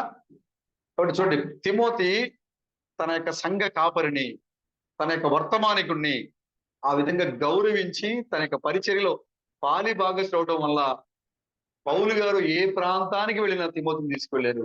ఒకవేళ తీసుకుని వెళ్ళకపోతే తిమోతి గురించి ఖచ్చితంగా మాట్లాడారు. ప్రభుకి స్తోత్రం కలగాక. అలాంటి తిమోతిల సంఘంలో లేవాలి. ఎపఫ్రోదితు ప్రాణాన్ని కూడా లెక్క చేయకుండా ఒక్క సహోదరు ఇబ్బందుల్లో ఉంటే ప్రాణాన్ని కూడా లెక్క చేయకుండా వెళ్ళి సహోదరికి సహాయపడిన ఎపఫ్రోదితు లాంటి సహోదరులు లేవాలి సంఘంలో. హల్లెలూయా. కాబట్టి ఇప్పుడు ఎవరైతే ఇబ్బందులు ఉన్నారో మన సహోదరులు, వారందరితో కూడా మీరు పాలిభాగస్తులు అవ్వండి. మీరు వారితో పాటుగా వారి శ్రమంలో మీరు పాలు పంచుకుంటున్నారు, వారి దుఃఖాల్లో మీరు పాలు పంచుకుంటున్నారు, వారి ఆనందంలో మీరు పాలు పంచుకుంటున్నారు. ఎందుకంటే మనం అందరము ఒకే శరీరంలో భాగస్థులమై ఉన్నాం. హల్లెలూయా. ప్రభుకి స్తోత్రం కలుగును గాక. సరే, మంచిది, చాలా సంతోషము. మరలా 2 వారాల తర్వాత మరలా మనం 5:30 అయింది. ఏం బ్రదరు, మళ్ళీ మొదలుపెట్టి మానేసి వద్దాం మనం. చాలా 2 వారాల తర్వాత మరలా మనం కలుసుకున్నాము. మీటింగ్స్ తర్వాత మరలా మనం కలుసుకోలేదు. చాలా అంశాలు నేనైతే రాసి పెట్టుకుని ఉంచా. నా డైరీ నిండిపోయింది. ఇప్పుడు మళ్ళీ 2వ డైరీ పెట్టాలి నేను. మరి మీరు ఏం తెలుసుకుంటారో నాకు తెలియదు. నేనైతే మీకు చెప్పడానికి చదివి నేనైతే బాగా బలపడుతున్నా. మీకు చెప్పడానికి నేర్చుకుని నేను ఇంకా బలపడుతున్నా. నేను నేర్చుకునేదే చాలా విషయాలు. నేను కూడా మీటింగ్స్ లో కానీ అంతకుముందు వర్తమానంలో నేను కూడా చాలా విషయాలు నేర్చుకున్నాను నేను కూడా. ఎందుకంటే ఇప్పుడు దేవుడు పరిపూర్ణంగా మరి సమస్తాన్ని పోగు చేసే కాలంలో మనం ఉన్నాం. ఇప్పుడు సంఘానికి ఏం కావాలో అవన్నీ కూడా ఇచ్చేటట్టుగా సమయంలో మనం ఉన్నాము. మరి ఈ 2 వారాల తర్వాత మరలా దేవునికి సన్నిధిలో కలుసుకోవడం చాలా ఆనందము. పోయిన వారము అబ్రాహాం యొక్క సంతాన స్వభావం దేవుడు ధరించుకొని వచ్చాడనే విషయం మీద మాట్లాడదాం అనుకున్నాను నేను, కానీ కుదరలేదు. అంతకుముందు ఏదేళ్ళలో తిరిగి మనం వచ్చేసాము. మనం ఇప్పుడు ఏదేళ్ళలో ఉన్నాము. మనం మరి ఎందుకు ఏదేళ్ళలో ఉంటే మనకి శోధనలు ఎందుకు బ్రదర్? వాళ్ళు ఏదేళ్ళలో ఉన్నప్పుడే సాతాను వచ్చింది అక్కడికి. వాళ్ళు ఏదేళ్ళలో ఉన్నప్పుడే కదా సాతాను వచ్చింది. వచ్చేం చేసింది? రోజు మాట్లాడింది అవ్వతో. అబ్బా బాగున్నావా, ఇవాళ నువ్వు వేసుకున్న కాస్ట్యూమ్ బాగుంది, డ్రెస్ బాగుంది, పరిచయం పెంచుకుంటుంది, చక్కగా మంచి మాటలు చెప్తుంది. చాలా బాగుంది, నీకు ఈ డ్రెస్ నీకు చాలా మ్యాచ్ అయింది, ఈ డ్రెస్ మీదకి ఈ చెప్పులు ఇంకా మ్యాచ్ అయింది. పరిచయం పెంచుకుంటుంది అక్కడ, రోజు రోజుకి బాగా పెంచుకుంది. ఎలా పెంచుకుందంటే ఆ మాటలు తన భర్త చెప్పట్లా, తనతో పాటు ఆదాం చెప్పట్లా. ఎందుకంటే ఆదాం ఏం చేయలేడు, ముఖస్థుతి చేయలేడు. ఆదాము ముఖస్థుతి చేయలేడు. బాగోలేకపోయినా బాగున్నా, ఓ నువ్వు సూపర్ గా ఉన్నావు, నీ వేసుకున్న డ్రెస్ బాగుంది, నీ వంట బాగుంది ఆయన ముఖస్థుతి చేయలేడు. ఆయన దేవుడు ఏదైతే ప్రేరేపణించాడో అదే మాట్లాడతాడు ఆయన. కానీ ఆ ఎదురుగా వచ్చిన శత్రువు ఏం చేస్తుంది, ఆకర్షణ మాటలు. చాలా బాగుంది, నీకు డ్రెస్ బాగుంది, నీ వాయిస్ బాగుంది, నువ్వు వీటి పక్కన ఈ డ్రెస్ తో వేసుకుని ఈ పక్కన కూర్చుని ఇంకా బాగుంది, ఈ చెప్పులు ఇంకా బాగున్నాయి, నువ్వు నడిస్తే ఎలా బాగుంటుంది, నువ్వు అలా నడిస్తే బాగుంటుంది. ఇవన్నీ చెప్పేది ఎవరు, సాతాను. మీద ఆ విధంగా ఎవరైనా మాట్లాడుతారని చూడండి, జాగ్రత్తగా ఉండండి. బ్రదర్ మీరు డ్రెస్ బాగా వేసుకున్నారు, బ్రదర్ సిస్టర్ మీరు డ్రెస్ బాగుంది బ్రదర్ సిస్టర్, ఎవరైనా మాట్లాడుతున్నారా? సిస్టర్ చెప్పుకోండి, పర్వాలేదు, అది తప్పైంది కాదు. సహోదరులు చెప్పుకోండి, పర్వాలేదు. బ్రదర్ ఇది బాగుంది, డ్రెస్ బాగుంది బ్రదర్ అని చెప్పి అది తప్పు కాదు. కానీ ఒక సిస్టర్ ఒక అమ్మాయి నీ దగ్గరికి వచ్చి, ఓ నీ డ్రెస్ బాగుంది, నువ్వు బాగున్నావు, నువ్వు రంగు బాగుంది, నీ ఎత్తు బాగుంది, నీ కళ బాగుంది, నీ రూపం బాగుంది అని చెప్తున్నారా? వచ్చింది ఎవరు? ఎవరు సిస్టర్ దగ్గరికి వచ్చి ఎవరన్నా ఒక వ్యక్తి వచ్చి, అబ్బాయి వచ్చి, ఓ నువ్వు బాగున్నావు, నీ డ్రెస్ బాగుంది, నువ్వు ఈ కలర్ వేసుకుంటే ఇంకా బాగుంటుంది, నువ్వు జుట్టు ఇలా దూకుంటే ఇంకా బాగుంటుంది, నువ్వు ఈ రకం చెప్పులు వేసుకుంటే బాగుంటుంది, ఈ రకాల జోకాలు పెట్టుకుని నడుస్తుంటే బాగుంటుంది అని ఎవరు నేను పొగుడుతున్నారా? జాగ్రత్త. వచ్చింది ఎవరు? పరిశీలించాలి. నీతో మాట్లాడే సాతాను సినిమాలో చూపిస్తున్నట్టుగా నల్ల డ్రెస్ చేసుకొని మాట్లాడదు, చాలా నీకంటే అందంగా ఉండి మాట్లాడుతుంది నీ పక్కనకి వచ్చిన సాతాను. నీకంటే అందగాడు, తేజో నక్షత్రమా, వాడు ఎలాంటి వాడు? తేజో నక్షత్రమా, వేగవ చుక్కా, వాడు దగ మెరిసిపోతూ ఉంటాడు, అందంగా ఉంటాడు. సాతాను నల్లగా దెయ్యం, మీకు అందవిహీనంగా ఉండదు. అది నీకంటే అందంగా కూర్చొని నీ పక్కన కూర్చొని మాట్లాడుతూ ఉంటుంది, పాపంలోకి లాగేస్తూ ఉంటుంది. కాబట్టి మనం ఏజన్లోకి తిరిగి వచ్చేసాము. అక్కడ అవ్వ దగ్గరికి అయితే వాడు ఎన్ని మాటలు చెప్పినా పడిపోయి అవ్వ ఉంది అక్కడ. కారణము అది పడిపోవలసిన అవ్వ ఏదేల్లో, కానీ ఇక్కడున్న అవ్వ పడిపోకూడని అవ్వ, పడిపోదు. హల్లెలూయా. కాబట్టి నువ్వు ఏదేల్లో ఉన్నావు కాబట్టి సాతాను నీ దగ్గరికి వచ్చి ఏదో రూపంలో, ఒక వ్యామోహ రూపంలోనో, లేకపోతే ఇంకా ఆస్తి రూపంలో, లేదా ఇంకా పేరు ప్రఖ్యాతుల రూపంలోనో, ఏదో ఒక రూపంలో వచ్చి నేనేం చేస్తుంది, పడేయడానికి ప్రయత్నం చేస్తూ ఉంటుంది. కాబట్టి ఆ అవ్వైతే పడిపోయింది, కానీ ఇక్కడ ఉన్న ఈ అవ్వైతే పడిపోదు. కాబట్టి మీరు జాగ్రత్తగా ఆ చెప్పే మాటలు మీరు గమనించండి. ఆ చెప్పే మాటలు ఎలా వస్తున్నాడో మీరు తెలుసుకోండి, ఎలా మాట్లాడుతున్నాడో తెలుసుకోండి. తెలుసుకుని వాక్యముతో వాడిని తరిమి కొట్టండి. ప్రభుకి స్తోత్రం కలుగాక. హల్లెలూయా. ఇంకా 2-3 అంశాలు నేను మాట్లాడదాం అనుకున్నా, కానీ అనుకోని రీతిలో అంశాలు మనం చెప్పుకోలేకపోయాము. ఈ రోజు కూడా మాట్లాడుకున్న అంశము ఆగిపోద్దేమో అనుకున్నాను లాస్ట్ మినిట్ లో. అరే మనం సోదరులతో పాటు వెళ్ళాల్సిన పరిస్థితి అనుకున్నా, కానీ ప్రభు యొక్క చిత్తాన్ని బట్టి మరలా మనం కలుసుకున్నాం. హల్లెలూయా. మనలో ఉండి సత్క్రియ చేయవాడు దేవుడే, మనల్ని అక్కడ కూర్చోబెట్టి ఆరాధించేట్లు చేయవాడు కూడా దేవుడే. హల్లెలూయా. సరే, మంచిది. పరిశుద్ధ గ్రంథం నుంచి ఒక మాట చూద్దాం.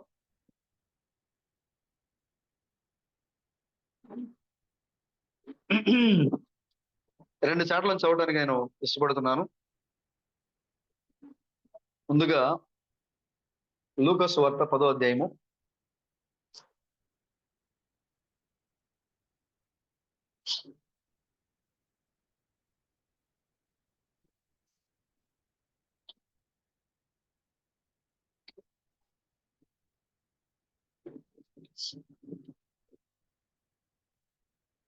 Page number 62.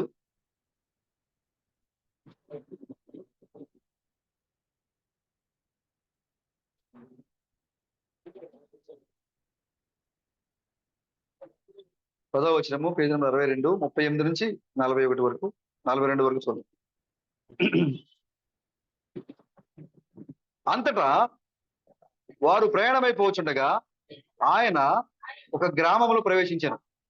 మార్తాను ఒక స్త్రీ ఆయనను తన ఇంట చేర్చుకునేను. ఆమెకు మరియాను సహోదరి ఉండెను.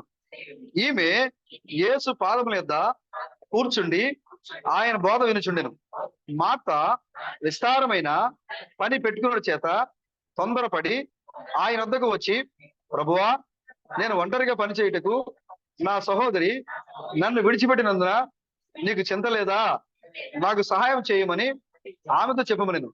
అందుకు ప్రభు, మార్తా మార్తా, నీవు అనేకమైన పనులను గూర్చి విచారం కలిగి తొందరపడుచున్నావు, కానీ అవసరమైనది ఒక్కటే. ఒకటంటే ఫుట్బాల్ చూడండి, కొన్ని మాత్రమే అని. అవసరమైనవి కొన్ని మాత్రమే. అవసరమైనది ఒకటే అంటే అవసరమైనవి కొన్ని మాత్రమే అని. మరియా ఉత్తమమైన దాన్ని ఏర్పరచుకునేను, అది ఆమె యొద్ద నుండి తీసివేయబడదని ఆమెతో చెప్పాను. ఆమేన్. అదేవిధంగా యోహాను సువార్త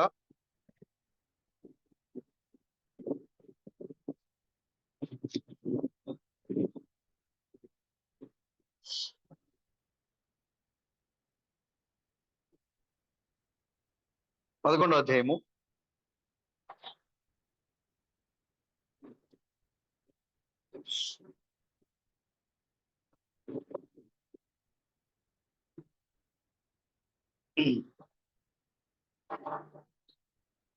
3, 4, 5 వచ్చిన చూద్దాం.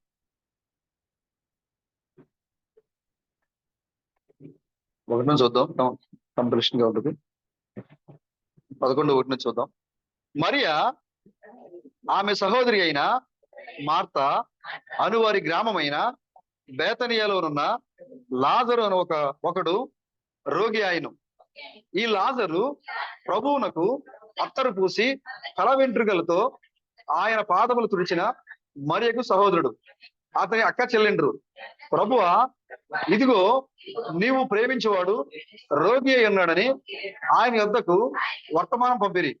యేసు అది విని, ఈ వ్యాధి మరణము కొరకు వచ్చినది కాదు గాని దేవుని కుమారుడు దాని వలన మహిమపరచబడి నిమిత్తము దేవుని మహిమ కొరకు వచ్చినదనెను.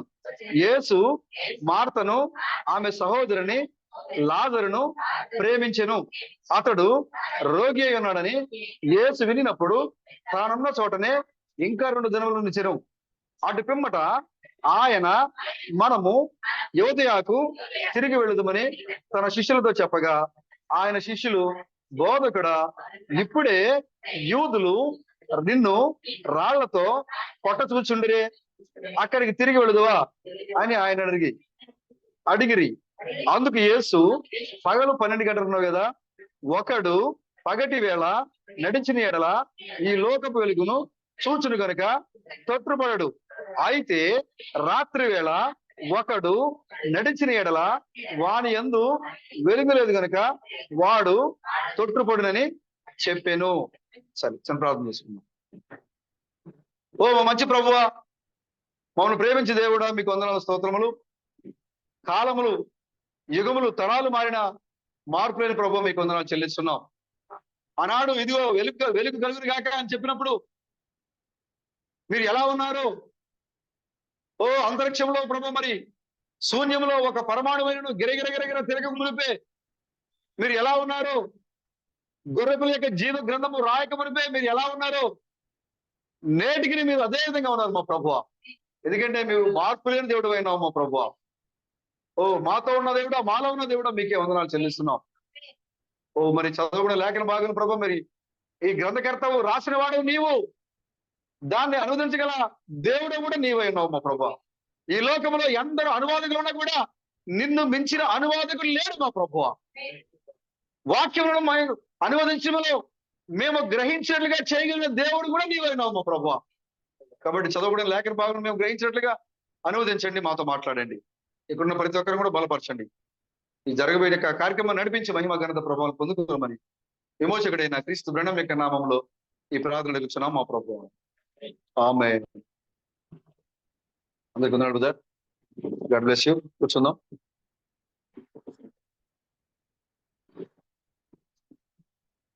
మన అంశానికి మన మార్గాన్ని ఏర్పాటు చేసుకుందాం, ఎందుకంటే మనం ముగించలేం కాబట్టి. హల్లెలూయా. గత 2 రోజులు 3 రోజులు అవుతుంది అనుకుంటా, నెట్లయితే నేను నమ్మన్నా ఒక సినిమా ఒకటి విడుదలైంది. సోషల్ మీడియాలో బాగా ఎక్కువగా చేస్తున్నారు, రివ్యూలు ఇస్తున్నారు కదా. ఏంటి దాని పేరు? అట్లా బాగానే ఫాలో అవుతున్నారు. ఏంటది? కల్కి. ఈ ఈ సమయంలో అది ఎందుకు వచ్చింది అనుకుంటున్నారు మీరు? దానికి దానికి దానికి వెనక ఏడి ఎంత ఇచ్చారు? 2,289 ఇంకా ఉంది. 280-90 2,890 2,898 చూడలేదు, నాకు తెలియదు. కానీ పొద్దుటే నేను అది రివ్యూ అంటే మెసేజ్ ఇవ్వడం కోసం నేను యూట్యూబ్ ఓపెన్ చేసినప్పుడు దాని గురించి చిన్న రివ్యూ ఒకటి వస్తే విన్నాను నేను. మరి మీరు ఎలా తీసుకుంటారో నాకు తెలియదు, కానీ నాకు ఏం చేసినా వాక్యమే కనపడుతుంది. మరి నాకేంటో సినిమా చూసినా దాంట్లో నాకు వాక్యమే కనపడదు. అంటే నేను చూడలేదు కానీ చెప్తున్నా నేను. ఎందుకంటే మనము స్పష్టంగా చెప్పారు, దేవుడు సూర్యుని తయారు చేసినప్పుడు ఎవరిని ఊహించుకుని తయారు చేశాడు?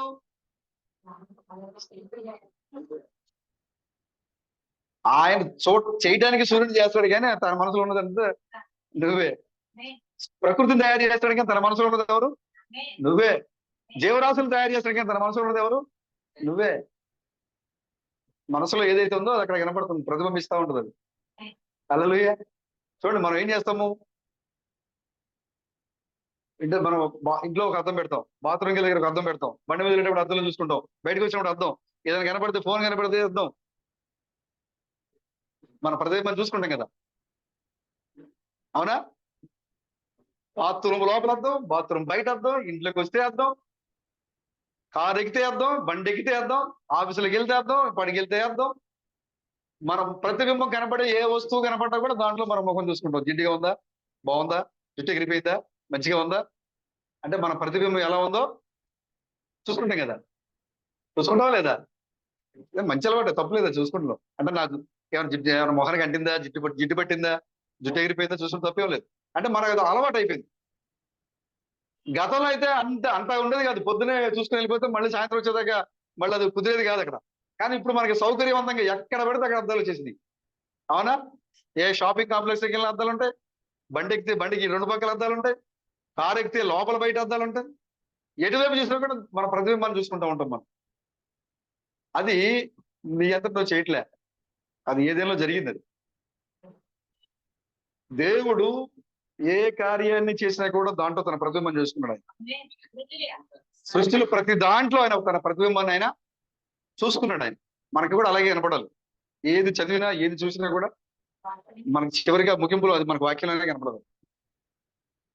ఇప్పుడు దాని యొక్క ఉద్దేశం ఆ థీమ్ ఏంటో నేను పూర్తిగా చదవలేదు, కానీ నేను అనుకోవటం వాళ్ళ పొద్దున నేను చెప్పింది, నేను చదివింది విని దాన్ని బట్టి నేను అనుకోవటం ఏంటంటే,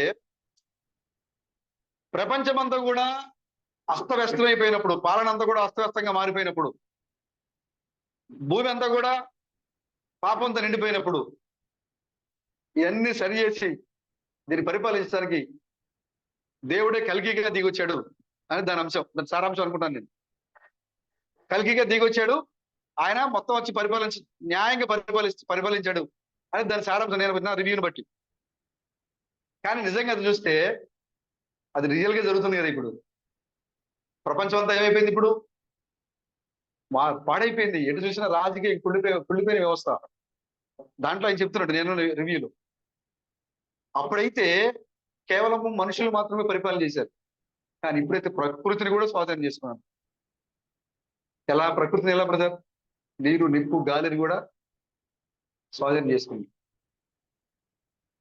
ఒక వ్యక్తి, ఒక భయంకరమైన వ్యక్తి మొత్తం వ్యవస్థనంతా కూడా పాడు చేసి తన గుప్పుట్లో తీసుకున్నాడు. ఆ వ్యక్తిని నాశనం చేసి ఇతను వచ్చి పరిపాలించాలి కల్కి అని ఆయన. దానికి సారాంశం. ఇప్పుడు మరలా సాతాను ఒక వ్యక్తి, ఒక సాతానుడు, ఒక అపవాది, ఆది ఘట సర్పం, వాడి పేరు ప్రకటనలో రాయబడింది. అది వాడెవడు? ఆదిలో వాడు ఫస్ట్ లో వచ్చాడు. ఆదిలో ఇక్కడ ప్రకటన మళ్ళా వాడి గురించి మాట్లాడుతున్నప్పుడు ఆది ఘట సర్పము, ఆదిలో కనపడిన వాడే మరలా కనపడుతున్నాడు ఇక్కడ. ఆది ఘట సర్పము వాడొచ్చి ఏం చేస్తున్నాడు? ఇక్కడ సమస్తాన్ని పాడు చేశాడు, మనిషి యొక్క మైండ్ ని పాడు చేశాడు. మన తల యొక్క బరువు ఎంత ఉంటుంది? 10 కేజీలు ఉంటుంది మొత్తం కలిపి. 5-6 కేజీలు, 10 కేజీల లోపే ఉంటుంది మన హెడ్. దాంట్లో నీకున్న బ్రెయిన్ ఎంత 8 గ్రాములు ఉంటుంది. అది 700 గ్రాములు 800 గ్రాములు మన బ్రెయిన్, దాని వెయిట్. మన తల, మన దాంట్లో ఉన్న బ్రెయిన్. కానీ ఈ యొక్క 700-800 గ్రాములు ఉన్న ఈ బ్రెయిన్ ఎక్కడికి వెళ్తుంది? ప్రపంచాల సరిహద్దులు దాటి వెళ్ళిపోతుంది. దానికి చలనం లేదు అసలు, దానికి ఆగడం లేదు, దానికి అసలు దాన్ని కంట్రోల్ చేయగలిగింది లేదు. ఇక్కడ ఎటు పడితే అటు తిరిగేస్తా ఉంది, ఎక్కడికి పడితే అక్కడికి వెళ్ళిపోతా ఉంది. కారణము వ్యవస్థలంతటిని కూడా ఈ యొక్క ఘట సర్పము, ఆది ఘట సర్పము వాడు లోపరుచుకున్నాడు. మనుషుల్ని, మనుషులతో పాటుగా ప్రకృతిని కూడా ఎలా లోపరుచుకున్నాడు బ్రదర్? మీరు నన్ను అడగవచ్చు. నేను అనుకున్నా ఈ మొన్నటిదాకా చైనాలోనే స్వచ్ఛమైన గాలిని పర్వతాల్లోకి వెళ్ళి ఒక ఎత్తైన శిఖరం మీదకి వెళ్ళి స్వచ్ఛమైన గాలిని ఒక సీసాల్లో బంధించి దాన్ని పట్టుకొచ్చి వాళ్ళు దాన్ని ఏం చేసేవాళ్ళు? అమ్మేవాళ్ళు. మొత్తం అంతా కూడా కలుషితం అయిపోయింది, ఆ యొక్క గాలి పొల్యూషన్ అయిపోయింది, పొల్యూట్ అయిపోయింది. అది పీలిస్తే మనకి జబ్బులు వస్తున్నాయి. స్వచ్ఛమైన గాలి తీసుకునే పరిస్థితులు లేవు. కాబట్టి ఆ యొక్క అమ్మేట స్వచ్ఛమైన సీసాల్లో అమ్మే ఆ గాలిని తీసుకుని లోపలికి వెళ్ళి గదిలో లోపల మొత్తం మూసేసుకుని దాన్ని తీసి దాంట్లో మొహం పెట్టి ఆ స్వచ్ఛమైన గాలిని పీల్చుకునే పరిస్థితి. కారణము పొల్యూషన్. వాడు స్వాధీనం చేసుకున్నాడు ఆ వాతావరణాన్ని. పంచభూతములు, పేతురు అంటాడు, పంచభూతములు మికటమైన వేంట్రముతో లయమైపోవడం అని చెప్పాడు ఆయన. అవునా? అంటే ఏంటి? నీరు, నిప్పు, గాలి ఇవన్నీ కూడా పంచభూతాలు. ఈ పంచభూతాలన్నీ కూడా వాడు ఏం చేశాడు? కలుషితం చేశాడు. మరణము, పంచభూతాల్లో మరణము, తినే ఆహారంలో మరణము, నువ్వు ఎటువైపు చూసా కూడా మరణమే, నాశనం చేశాడు. ఇలాంటి పరిస్థితుల్లో చూడండి, ఆ చైనాలో మాత్రమే కాదు, ఇప్పుడు ఆ ఢిల్లీలో కూడా పెట్టారట ఆ కేంద్రాలు. ఎయిర్ బార్ ఏదో పెట్టి ఏదో పేరు చెప్పాడు అతను. ఆ దాంట్లోకి వెళ్తే వాళ్ళు ఆ లోపల తీసుకుని 200 నుంచి 300 ఛార్జ్ చేస్తారంట. ఢిల్లీలో ఉందట. వాళ్ళు లోపలికి వెళ్ళి స్వచ్ఛమైన ఎయిర్ని కాసేపు పీల్చుకొని బయట రావచ్చంట. ఎందుకంటే ఢిల్లీ అంత ఎలాంటిది? పొల్యూషన్. తెల్లారిపోయిన చాలా సేపటి వరకు మంచు పడుతున్నారు అనుకుంటారు, కానీ ఎటువైపు చూసినా కూడా పొగే, మొత్తం పొగే. దాంట్లో అక్కడ డీజిల్ కార్లు, పొల్యూషన్ తీసుకొచ్చే వాహనాలన్నీ కూడా అక్కడ బ్యాన్ చేశారు. అక్కడ చూడండి, ఆ గాలిని బంధించారు. తీసుకోవాల్సిన పరిస్థితి, ఎందుకంటే గాలి వాడు స్వాధీనం చేసుకున్నాడు. నీరు చూడండి, మనం ఇంతకుముందు ఎక్కడికి వెళ్తే ఏ చెరువులోకి వెళ్ళినా మనం హ్యాపీగా నీళ్లు తీసుకుని తాగేసే పరిస్థితులు ఉండేవి. అవునా? కానీ ఇప్పుడు ఆ పరిస్థితులు ఉన్నాయా? లేదు. పొల్యూషన్. సీసాల్లో పెట్టుకుని తాగాల్సిన పరిస్థితి, బయటికి వెళ్తే సీసాలు తీసుకొని తాగాల్సిన పరిస్థితి. ఎటువైపు చూసినా కూడా మొత్తం వ్యవస్థ అంతా ఏమైపోయింది? పాడైపోయింది, కలుషితమైపోయింది. ఇప్పుడు ఈ వ్యవస్థని బాగు చేయడానికి రావాలి కల్కి అవతారం. ఆయనే రాజులకు రాజు, ప్రభులకు ప్రభు. ఆయన రావాలి ఈ లోకానికి. ఆయన వచ్చి మొత్తం సరి చేయాలి, పంచభూతాలని క్రమపరచాలి, శుద్ధి చేయాలి. మనిషి ఈ భూమి మీద జీవించడానికి చూడండి, కొన్ని రోజుల తర్వాత ఒక ఆయన చెప్తున్నాడు, 2050 సంవత్సరానికి మనిషి హెల్మెట్ సూట్ లేకుండా బయటికి తిరగలేని పరిస్థితి. ఇలాగే ఉంటే హెల్మెట్ సూట్ అంటే ఏంటి? పైనుంచి కిందకి నువ్వు బయటికి వెళ్ళావంటే పైనుంచి కిందకి నువ్వు సూటే. ఎటువైపు నుంచి నీకు ఏ వైరస్ వస్తుందో తెలియదు, ఎటువైపు నుంచి ఏ అనారోగ్య సమస్య నీకు అంటుకుంటుందో తెలియదు.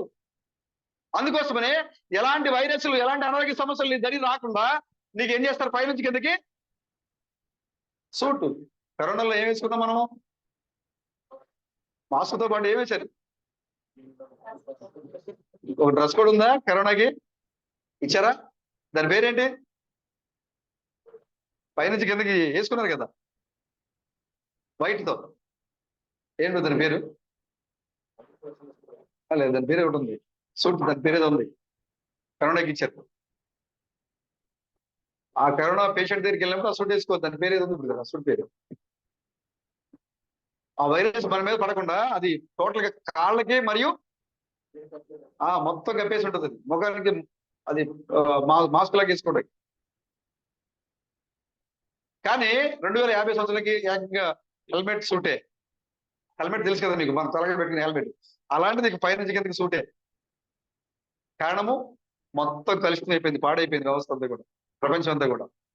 ఇలాంటి పరిస్థితుల్లో దీన్ని బాగు చేయడానికి దేవుడు ఈ లోకానికి రావాల్సి ఉంది. హల్లెలూయా.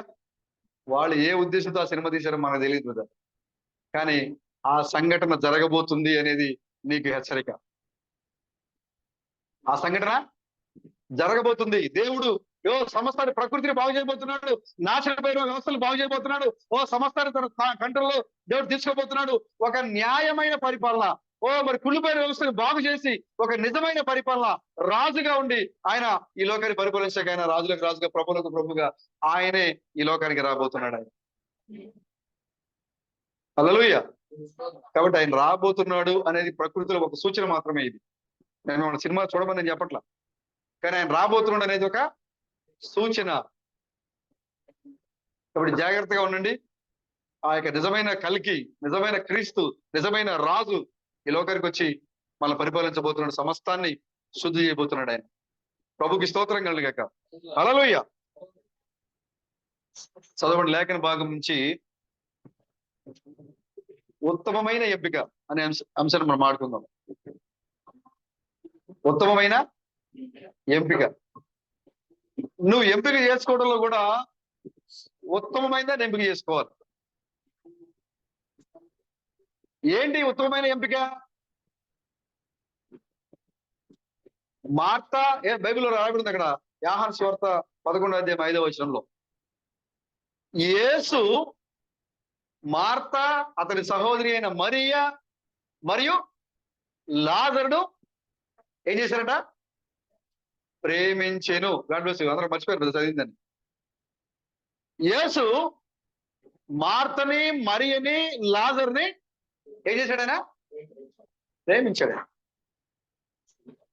చూడండి, మార్తా, మరియా, లాజరు వీళ్ళు ముగ్గురు కూడా ఆ సహోదరులు, అక్క చెల్లెండ్రులు ఇద్దరు, ఆయన సహోదరుడు. వీరి యొక్క తల్లిదండ్రులు వాళ్ళకి ఆస్తిని ఇవ్వలేదు, అంతస్తులు ఇవ్వలేదు, అక్కడ పేరు ప్రఖ్యాత ఇవ్వలేదు. అక్కడ మార్తా, మరియా, లాజరు యొక్క తల్లిదండ్రులు వారికి ఏమి ఇచ్చారంటే దేవుని యొక్క వాక్యానికి భయపడే జీవితాన్ని ఇచ్చారు వాళ్ళు. ప్రభుకి స్తోత్రం కలగాక.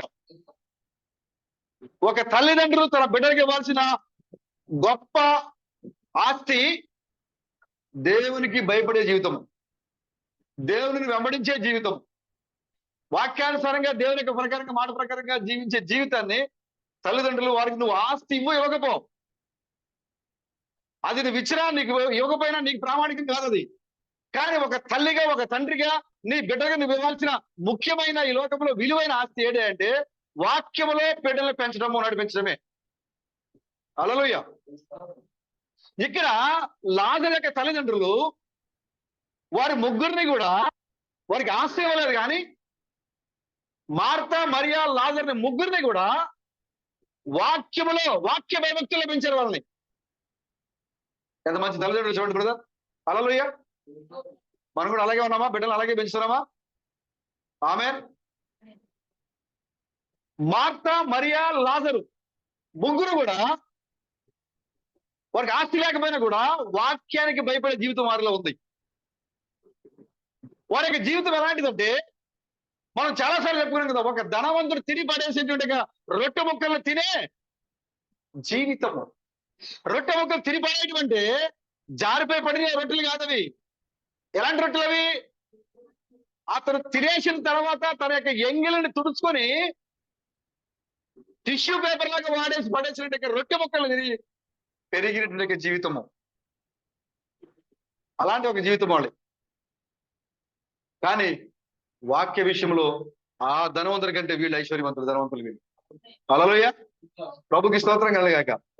వాక్య విషయంలో, శరీర సంబంధమైన ధన విషయంలో అయితే అతను పైన కూర్చున్నాడు, అతను వదిలేసిన వస్తువులు అయితే తింటున్నారు. కానీ ఆత్మ సంబంధమైన విషయంలో, ధన విషయంలో లాజరు పైన కూర్చున్నాడు, ధనవంతుడి కింద కూర్చున్నాడు. ఇప్పుడు హల్లెలూయా. అడుగుతున్నాడు కదా ధనవంతుడు, అబ్రామా ఒకసారి పంపించవా లాజరుని అడిగాడా లేదా? మరి ఇక్కడ శరీర సంబంధంగా ఈయన పైపు దగ్గర కూర్చున్నాడు, ఆయన చూసుకొని పడేస్తున్నాడు. కానీ ఈ ఆహారము మన శరీరము నిష్ప్రయోజనము, కేవలము నిష్ప్రయోజనం అని చెప్తుంది బైబిల్. ఈ శరీరము కేవలము నిష్ప్రయోజనము. నువ్వు ఫెయిర్ అండ్ లవ్లీ రాసినా, హిమక్రీములు రాసినా, ఇంకా ఏ క్రీములు రాసినా ఈ శరీరం ఎలాంటిది? నిష్ప్రయోజనము. ఈ శరీరానికి ఎలాంటి ప్రయోజనం లేదు. నువ్వు దీనికి ఎంత అలంకరణ చేసినా కూడా ఈ 16 మూల పదార్థాలుగా ఈ దేహము ఒక రోజున 16 మూల పదార్థాలుగా మళ్ళీ విడిపోవాల్సిందే. నువ్వు ఈ దేహం కోసం ఏం చేసినా, ఓ మంచి విలువైన వస్త్రాలు ధరించినా ఈ దేహము రేపొద్దున నీతో పాటు రాదు. ఆ ధనవంతుడు ఏమనుకున్నాడు? భూ సంబంధమైన ఆశీర్వాదము, భూ సంబంధమైన ఆనందాన్ని చూసి అంతకుముందు యేసుక్రీస్తు దగ్గర పరిగెత్తి నాకు కావాలని తీయమన్నాడు ఆయన. కానీ దేవుని కొరకు నిలబడాల్సిన సమయం వచ్చినప్పుడు ఇలా చెప్తే దాన్ని వెంబడించకుండా వచ్చేసాడు. మిగిలిన ఆస్తి గెలవాడు కనుక చిన్నపుచ్చుకొని అని రాయబడింది బైబిల్. చూడండి, ఇక్కడ శరీర సంబంధమైన ఆశీర్వాదాన్ని కోరుకున్నాడు. నా ప్రాణమా తిరుమల తాకి సుఖించమా అన్నాడు. తనకు కావాల్సిన కొట్లను విస్తరించి చేసుకున్నాడు. ఆ రోజు రాత్రి అనుకుంటున్నాడు, ఓ నాకు బాగా ఆస్తి పెరిగిపోయింది, ఓ నా కొట్లు సరిపోవట్లేదు ధాన్యానికి, నేను మరలా వచ్చే ఏడాదికి నా కొట్లు నేను మళ్ళా విస్తరింపు చేయాలనుకున్నాడు. కానీ ఆ కింద తన మెట్ల దగ్గర కూర్చున్న ఒక దీనుడు, ఆహారం లేక కూర్చున్న ఒక దీనుడు, ఒక దరిద్రుడు అడు కూర్చున్నాడు. కానీ అతని సంగతి మాత్రం చూడట్లా. చిన్న వయసులోంచి నువ్వు ధర్మశాస్త్రం పాటిస్తే ఎవరికి లెక్క బ్రదర్? ఎవరాడు? బాల్య దినము నుండే ఎదుగుస్తున్నాడు. నువ్వు ధర్మశాస్త్రం పాటిస్తావా? ఎస్, నేను బాల్యం నుంచే. యేసుక్రీస్తు చెప్పారు, ఎస్ నిజమే, నువ్వు బాల్యం నుంచి ధర్మశాస్త్రం నువ్వు పాటిస్తున్నావు. కానీ ఒక సహోదరుడు నీ గుమ్మ ముందు కూర్చొని తినడానికి తిండి లేక అలవడిస్తూ ఉంటే నీ పూర్తిగా నువ్వు చదివే నీ ధర్మశాస్త్రము, నువ్వు ఎరిగిన ధర్మశాస్త్రం నీకేంటి ఉపయోగం? అక్కడ ఎంత వాక్యం తెలిసినా కూడా సహోదరు ఇబ్బందిలో ఉన్నప్పుడు, అవసరంలో ఉన్నప్పుడు నువ్వు సహాయం చేయలేకపోతే, ఎన్ని మర్మాలు తెలుసుకున్నా, ఎంత ప్రత్యక్షతలోకి వచ్చినా, నువ్వు ఎంత ఉద్యోగంగా ఉన్నా, నువ్వు ఎంత పరిశుద్ధంగా ఉన్నా, ఎందుకు లెక్క? ఎవరికి ఉపయోగం? ఏంటి బ్రదర్ దానివల్ల ఉపయోగం? ఎవరికి? దాని ఉపయోగమా? ఏం లేదు. యేసుక్రీస్తు సాక్ష్యం ఇచ్చాడు, ఎస్ నువ్వు నిజంగా బాల్యం నుంచే నువ్వు ధర్మశాస్త్రాన్ని పాటిస్తున్నావు, కానీ క్రియలు లేవు నీలో. అబ్బా నువ్వు ఆదివారం 10 గంటకి లోపలికి కూర్చుంటావు, ఓ మంచి ఇతర డ్రెస్ వేసుకుంటే ఎదుటి వారికి ఆకర్షణగా ఉంటుందని చాలా దీర్ఘమైన వస్త్రాలు వేసుకుంటావు, అన్ని విషయాలు విధేయంగా ఉంటావు, ధర్మశాస్త్ర ప్రకారంగా దశభాగాలు వేస్తావు, పుదీనాలను జీలకర్రలను మరి శాస్త్రం పరిశీలించినట్లుగా అన్నింటిలో దశభాగాలు ఇస్తావు, కానుకలు వేస్తావు, సంఘ పరిచయంలో పాల్గొంటావు. కానీ క్రియల విషయంలోకి వచ్చేసరికి చూసారా, చాలా ఇంపార్టెంట్ ఇదే. ఇవన్నీ నువ్వు చేసి ఉండొచ్చు కాక, క్రియలు లేకపోతే ఇవన్నీ మృతమైనవే. చూసారా, క్రియలు లేకపోతే ఇవన్నీ కూడా మృతమైనవే. నువ్వు సంఘ తలుపులు తెరవకపోతే వచ్చి బయటకు వచ్చినా ఉపయోగం లేదు క్రియలు లేకపోతే నీ దగ్గర. ఒక దీనుడు తన ఇంటి ముందు కూర్చొని ఉన్నాడు, అడుగుతున్నాడు ఆయన. అతను ఏం చేస్తున్నాడు? టిష్యూ పేపర్ లాగా వాడేసినటువంటి రొట్టె ముక్కల్ని, అది కూడా డబ్బా డస్ట్బిన్ లో వేసాడు. అది నేరుగా వచ్చి ఆ డంపింగ్ యార్డ్ లో పడద్దు వచ్చేది, ఆ మురికొప్పులో పడద్దు వచ్చేది, అక్కడ కూర్చొని తింటున్నాడు. మరి ఏంది బ్రదర్ నీ విశ్వాసం? ఏంటి నీకు తెలిసిన బైబిల్? ఏంటి నీకు తెలిసిన నువ్వు నడిచే మర్మాలు, వాక్యము? క్రియలు లేనప్పుడు అలాంటి సంఘాన్ని దేవుడు నిర్మించేది, అలాంటి సంఘం కొరకు దేవుడు ప్రాణం పెట్టింది, అలాంటి సంఘం కొరకు దేవుడు భూమికి ఆకాశం మధ్యలో 3 మేకుల మధ్యలో ఆయన వినాలబడింది. అలాంటి సంఘం కొరకైనా తన తలలోకి ముళ్ళ కీటం దిగిపోయే విధంగా దేవుడు ప్రాణత్యాగం చేసింది. అలాంటి సంఘం కొరకైనా బలంతో పొడిచినప్పుడు నీరు మరియు రక్తము కార్చింది. అలాంటి సంఘం కోసమైనా ఆయన చెమట రక్తముగా మార్చి ఆ ఒలివ తోటలో ఆయన వేదన పడింది. మత్స కళంకము డాగు లేని సంఘం కోసం. హల్లెలూయ, ప్రభుకి స్తోత్రం కలుగును గాక. ఒకవేళ సహోదరుడా, సహోదరి, నాకు వాక్యం అంతా తెలిసిపోయింది కదా, నాకు మర్మాలు తెలిసిపోయినాయి, ఇదే సంఘం, వీళ్ళకి పేరు తెలియదు, దేవుడి పేరు నాకు తెలిసిపోయింది, వీళ్ళకి ముద్రలు తెలీదు నాకు తెలిసిపోయింది, 3వ ఎత్తు తెలియదు నాకు తెలిసిపోయింది అనుకుంటున్నావా? క్రియలు కూడా నీలో ఉండాలి. నువ్వు క్రియలు కూడా చూపించాలి. క్రియలు లేకపోతే నీ విశ్వాసము వ్యర్థమే, మృతమైందే. ఇప్పుడు లాజరు యొక్క తల్లిదండ్రులు వారిని లోకపరంగా ధనవంతులుగా వాళ్ళు చేయలేదు, కానీ దేవుని యొక్క వాక్యాన్ని పట్టుకోవడంలో వారు ధనవంతులుగా మార్చారు వాళ్ళు. హల్లెలూయా. ఆ ప్రాంతానికి, బేతనియా అనే ప్రాంతానికి యేసుక్రీస్తు వచ్చినప్పుడు చాలా మంది ఉన్నారు అక్కడ. యేసుక్రీస్తు ఏ ప్రాంతానికి అయితే వెళ్తున్నాడో అక్కడ చాలా మంది వస్తున్నారు అక్కడికి. సొంత కుటుంబీకులే యేసు యొక్క సహోదరులు భయపడే నువ్వు మా ఇంటి దగ్గర వద్దు, నువ్వు బయటికి వెళ్ళిపో, నువ్వు మా ఇంట్లో ఉండటానికి వీల్లేదు. ఎవరన్నారు ఆ మాట? యేసుక్రీస్తు అన్నారు. మీరు విశాలంగా కూర్చోండి, పర్వాలేదు, ఇబ్బంది లేదు, ఖాళీగా ఉంది కదా, కాళ్ళు చాపుకోండి, ఇబ్బందిగా లేదు, బాగానే కూర్చోండి. కానీ శ్రద్ధగా వినండి వాక్యాన్ని. మనం 10 నిమిషాలు ముగించేద్దాం. హల్లెలూయా. ఆనందం ఆనందం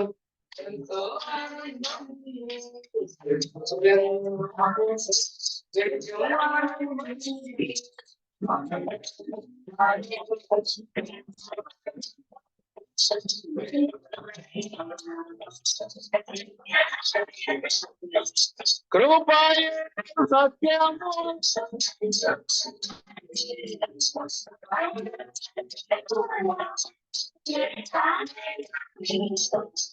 కృపయే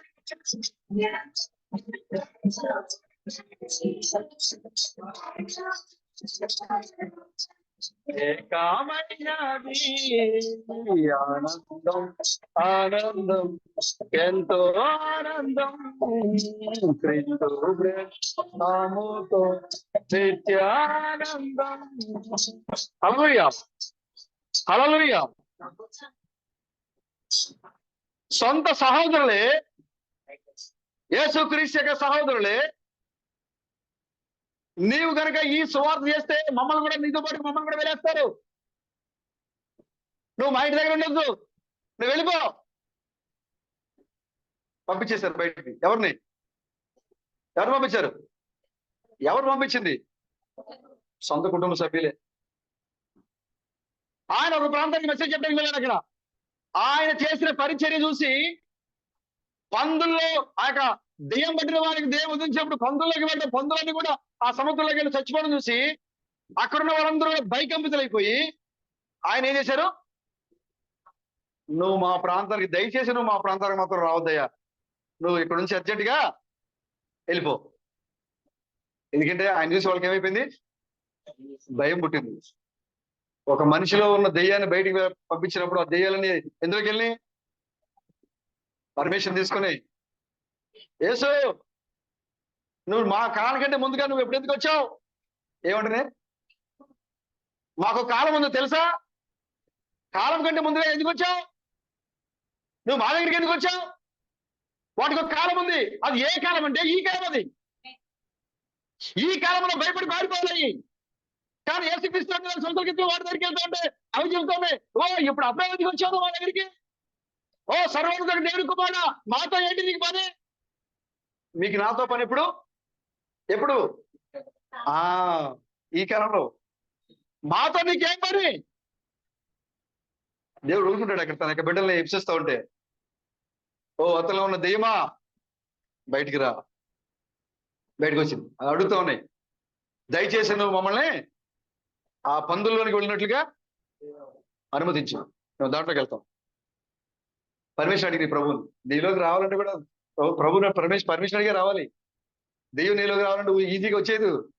ప్రభు పర్మిషన్ ఇస్తేనే వస్తుంది నీ దగ్గరికి. అది ప్రభు ఎందుకు పర్మిషన్ ఇస్తాడు? నీ మీద నమ్మకంతో. నా కుమారుడు నా కుమార్తె పడిపోరు. వాడు అడుగుతున్నాడు వెళ్ళి, సతీష్ గారు చూసావా ఎంత విశ్వాసంగా ఉండి ప్రభు అంటే, ఒకసారి నాకు అప్పగించి చూస్తా, నువ్వేం చేసినా కూడా ఆయన పడిపోడు. ఒకసారి అప్పగించు, సరే ఒకసారి వెళ్ళి చూడు. అప్పుడు వచ్చాడు. అప్పుడు మనకు భయంకరమైన జ్వరం, లేదా భయంకరమైన వ్యాధో, లేదా భయంకరమైన సమస్య, లేదా ఎడుదెత్తి మనకు తెలియని ఏదో ఒక సమస్య మన ఇంట్లోకి వచ్చేస్తుంది. ఎవరి దగ్గర అనుమతి పొంది వచ్చాడు? యోబు దగ్గరికి వెళ్ళిన ప్రతిసారి అనుమతి పొందే వచ్చాడు. అనుమతి లేకుండా వాడి దగ్గరికి రాలేడు. దేవుడు అనుమతించాడు అంటే దీనిలా నమ్మకం ఉంది ఆయనకి. ఇదిగో నా సహోదరి, నా కుమార్తె, ఏమో ఖచ్చితంగా సమస్యను చేస్తుంది, నువ్వేంటి కావాలంటే అడిగి అమ్మాయికి వెళ్ళి నువ్వు చేసుకోపో.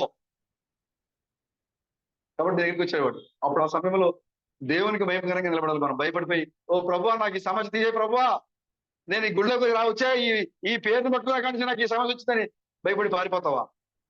అలా పారిపోయే దగ్గరికి దేవుడిని పంపించాడు. అలా పారిపోయేవాడు ఈ సంఘంలో ఉంచాడు దేవుడు అసలు. ఎందుకంటే గోధుమల నుంచి ఏం చేయాలి? గురుగుల్ని వేరు చేయాలి. ఇప్పుడు అదే క్రీస్తు తామసక సందేశం. దేవుని కుమారులు చేంజ్ చేస్తారు, వాళ్ళని వేరు చేయాలి. ఇప్పుడు అదే జరుగుతుంది. ఫిల్టర్ జరుగుతుంది. గిద్యోను ఎవరెవరితో యుద్ధంలో పాల్గొన్నాడో ఫిల్టర్ చేస్తాడు ఆయన. వేలాది మంది వచ్చారు యుద్ధానికి రమ్మంటే, దేవుడు చెప్తాడు ఎంతమంది అవసరం లేదు నాకు అన్నాడు ఆయన. గిద్యోను ఏం చేశాడు? ఫిల్టర్ చేశాడు. చివరికి లాస్ట్ గా నీళ్లు తాగేటప్పుడు కూడా ఫిల్టర్ చేశాడు ఆయన. గతికి తాగిన వాళ్ళు ఒక లెక్క, గతకుండా తాగిన వాళ్ళు ఒక లెక్క. 300 మంది మిగిలారు చివరికి. 1000 మంది వస్తే చివరికి ఎంతమంది మిగిలారు? ఎందుకంటే దేవుని లెక్క ఎప్పుడు అల్పమైన సంఖ్య. దానికి జనాభా ఆయనకి ఏమి అవసరం లేదు. ఆయనకి విస్తారమైన జనులతో ఆయన ఏ పని చేయడు. ఒక్క మనిషి చాలు ఆయనకి ఈ ప్రపంచాన్ని కదిలించడానికి. ఒక్క మనిషి చాలు ఆయనకి ఈ యొక్క లోకాన్ని కదిలించడానికి. నోవా కాలంలో ఒక మనిషి, అబ్రహాం కాలంలో ఒక మనిషి, యోసేపు కాలంలో కూడా ఒక మనిషి. మనం ఏ కాలం చూసినా కూడా ఒక మనిషి ఉన్నాడు రంగం మీద. ఈ కాలంలో ఒక మనిషి, ఈ కాలంలో కూడా ఒక మనిషే. అదేంటి బ్రదర్ అంటారా? మీరు ఒక మనిషి అనుకోవాలి, మీరు 700 మంది కాదు. పెళ్లి కుమార్తెలు కాదు, పెళ్లి కుమార్తె అంటే 700 మంది కలిపి. అందుకోసమే బలమైన ఉరుముల శబ్దము, జలముల శబ్దం అవుతుంది అక్కడ. నిలబడింది ఒక మనిషి, కానీ మాట్లాడుతుంటే స్వరాలు వస్తున్నాయి అక్కడ. స్వరాలు వినపడుతున్నాయి. కారణం ఏంటి? ఒక్క మనిషిలో ఎంతమంది ఉన్నారు? ఒక్క ఆదాములో ఎంతమంది ఉన్నారు? ఇప్పుడు ఇచ్చిన జనాభా అంతా ఆయనలోనే ఉన్నారు అక్కడ. ఒక ఆదాము ఆ రోజు ఏదైనా మాట్లాడుతుంటే మనం అందరం మాట్లాడుతున్నాడు అక్కడ. మనము పోయి అంటే అక్కడ మనం మాట్లాడుతున్నాం అక్కడ. ఆమె ప్రభుకి స్తోత్రం కలండి కాక. చూడండి, యేసు క్రీస్తు యొక్క పరిచర్య ఎదిగినటువంటి ఆ కాలంలో ఆ యొక్క మా ప్రాంతానికి రావద్దు, యేసు నువ్వు మా ప్రాంతం వెళ్ళిపో అని కొంతమంది చెప్తున్నారు. కుటుంబ సభ్యులు నువ్వు వెళ్ళిపో మా ఇంట్లో నుంచి, కుటుంబ సభ్యులు చెప్తున్నారు. శాస్త్ర పరిచయాలు, సదుకాయలు, పునరుద్ధారం ఉందని నమ్మేవాళ్ళు, పునరుద్ధారం లేదని నమ్మేవాళ్ళు వాళ్ళే ఉంటున్నారు. ఇదంతా అబద్ధ బోధ. నువ్వు మనసులను దెయ్యాల ఆత్మచేత నువ్వు చదువుతున్నావు. బయల్జెబూబు నువ్వు, దెయ్యాలకి అధిపతివి నువ్వు, దెయ్యం పట్టిన వాడివి నువ్వు, అబద్ధ బోధకుడివి, అంత్యక్రీస్తువి, అబద్ధ ప్రవక్తవి అంటున్నారు ఆయన్ని. ఎవరు కూడా ఆయన ఆహ్వానించట్లా. అద్భుతాలు జరుగుతున్నాయి, తీసుకుంటున్నారు అక్కడ, కానీ ఎవరు కూడా ఆయన ఆహ్వానించట్లా. ఎవరికి ఆయన ప్రేమించట్లేదు, ఆయన ఇంట్లోకి ఆహ్వానించట్లేదు. కానీ బేతని అనే ప్రాంతానికి వెళ్ళేసరికి ఒక చిన్న సహోదరి మార్త, ఆయన ఎవరు పరిచయం లేదు, కానీ ఆయన పరిచయం ఆమె వింటూ ఉంది. యేసు అని ఆయన వచ్చాట. ఆయన అద్భుతాలు చేస్తున్నాడు, ఆయన వాక్యాన్ని ప్రకటిస్తున్నాడు, ఆయన మెస్సయాకి సంబంధించిన కూడా లక్షణాలు ఆయనలో ఉన్నాయి అని విందాం. ఎవరామె? మార్త.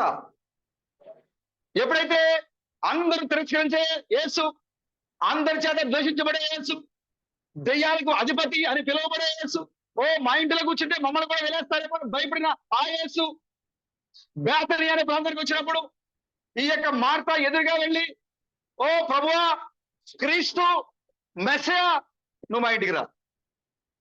హల్లెలూయా, ప్రభుకి స్తోత్రం కలండి గాక. అందరూ గెంటేస్తున్నారు. మా సొంత కుటుంబ సభ్యులే, నువ్వు మా ఇంట్లో ఉంటే కుదరదు అని గెంటేశారు.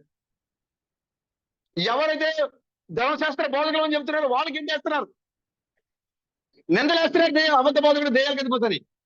కానీ ఒక పేద స్త్రీ, ఒక సహోదరి, ఆస్తుల్లో ఎలాంటి సంఘ సపోర్ట్ లేదు ఆమెకి, ఎలాంటి పేరు ప్రఖ్యాతులు లేవు వాళ్ళకి, ఎలాంటి హడావుడి లేదు వాళ్ళ ఇంట్లో, కానీ ఆమె రక్త మాంసాలతో నిలబడిన వాక్యం ఇచ్చింది. ఆమె అక్కడ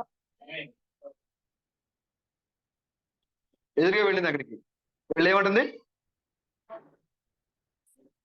అయ్యా, నువ్వు మా ఇంటికి రండి, మా ఇంటికి రండి.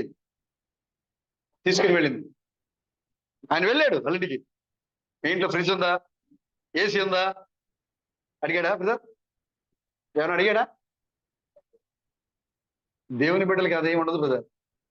Simple city, God in simple city, believers in simple city.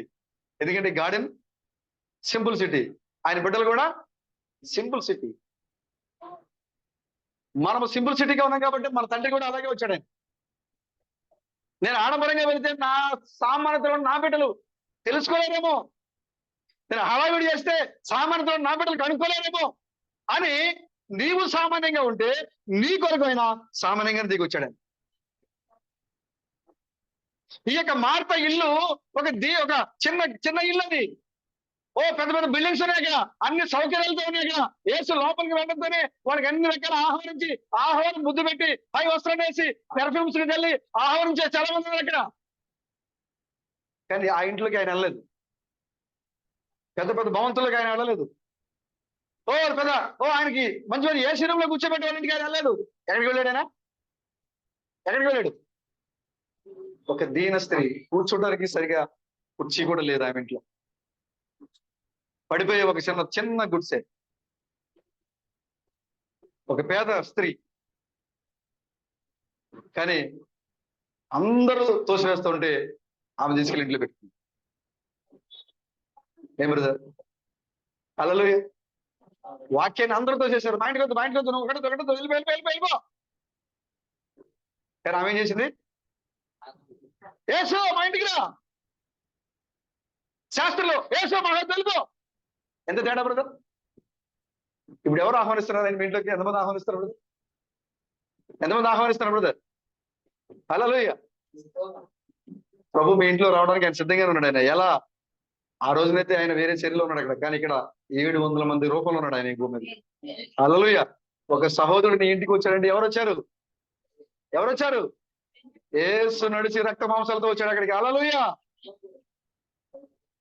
ఆమె మిగతా వాళ్ళందరూ తిరస్కరించబడిన ఆ మానవుడిని, గుర్తింపు లేని ఆ మానవుడిని, ఏ సంఘ శాఖలో ఎలాంటి గుర్తింపు లేదానికి, ఎలాంటి అర్హత పత్రం లేదానికి, ఎలాంటి శిక్షణ లేదా ట్రైనింగ్ లేదానికి, ఏ సంఘంలో కూడా ఆయనకి ఒక పేరు లేదానికి, ఎలాంటి నేమ్ ట్యాగ్ లేదానికి, ఎలాంటి ఒక హడావుడి లేదానికి, ఒక మంచి లగ్జరీ కార్ లేదానికి, ఎలాంటి హడావుడి లేని ఒక సాధారణమైన ఒక బోధకుడు, ఒక యూద బోధకుడు నడుచుకుంటూ పోతా ఉంటే అనేక మంది తిరస్కరిస్తా ఉంటే, ఒక దీన స్త్రీ, ఒక పేద స్త్రీ, అయ్యా నువ్వు నా ఇంటిలో తీసుకొచ్చింది.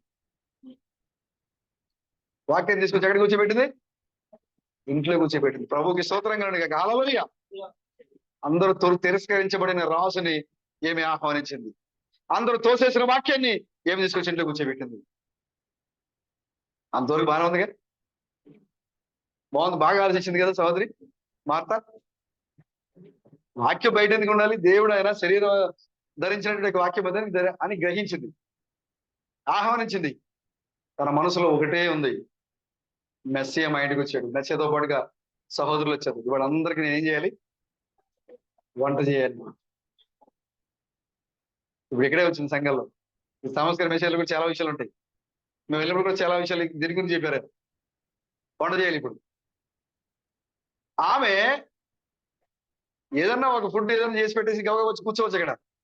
కానీ ఆ మనసులో ఏముంది? చాలా చేయాలి, నా సహోదరులకి అందరికి చాలా వండి పెట్టాలి. పులుసు చేయాలి, రసం చేయాలి, పప్పు చేయాలి, ఇంకా ఎగ్ చేయాలి, చికెన్ ఉండాలి. మీరు చేస్తున్నారు కదా మీటింగ్లో, మీరు చేస్తున్నారు కదా. మా సహోదరులు దూరం నుంచి వస్తున్నారు కాబట్టి వాళ్ళకి అన్ని రకాలు పెట్టాలి. మీరు 2 లోపలికి వచ్చేసరికి ప్రార్థన అయిపోతుంది. మంచిదే, సహోదరుల మీద ప్రేమ మంచిదే. మార్త అందరూ తిరస్కరించిన వాక్యం తీసుకొచ్చి ఇంట్లో పెట్టుకుంది.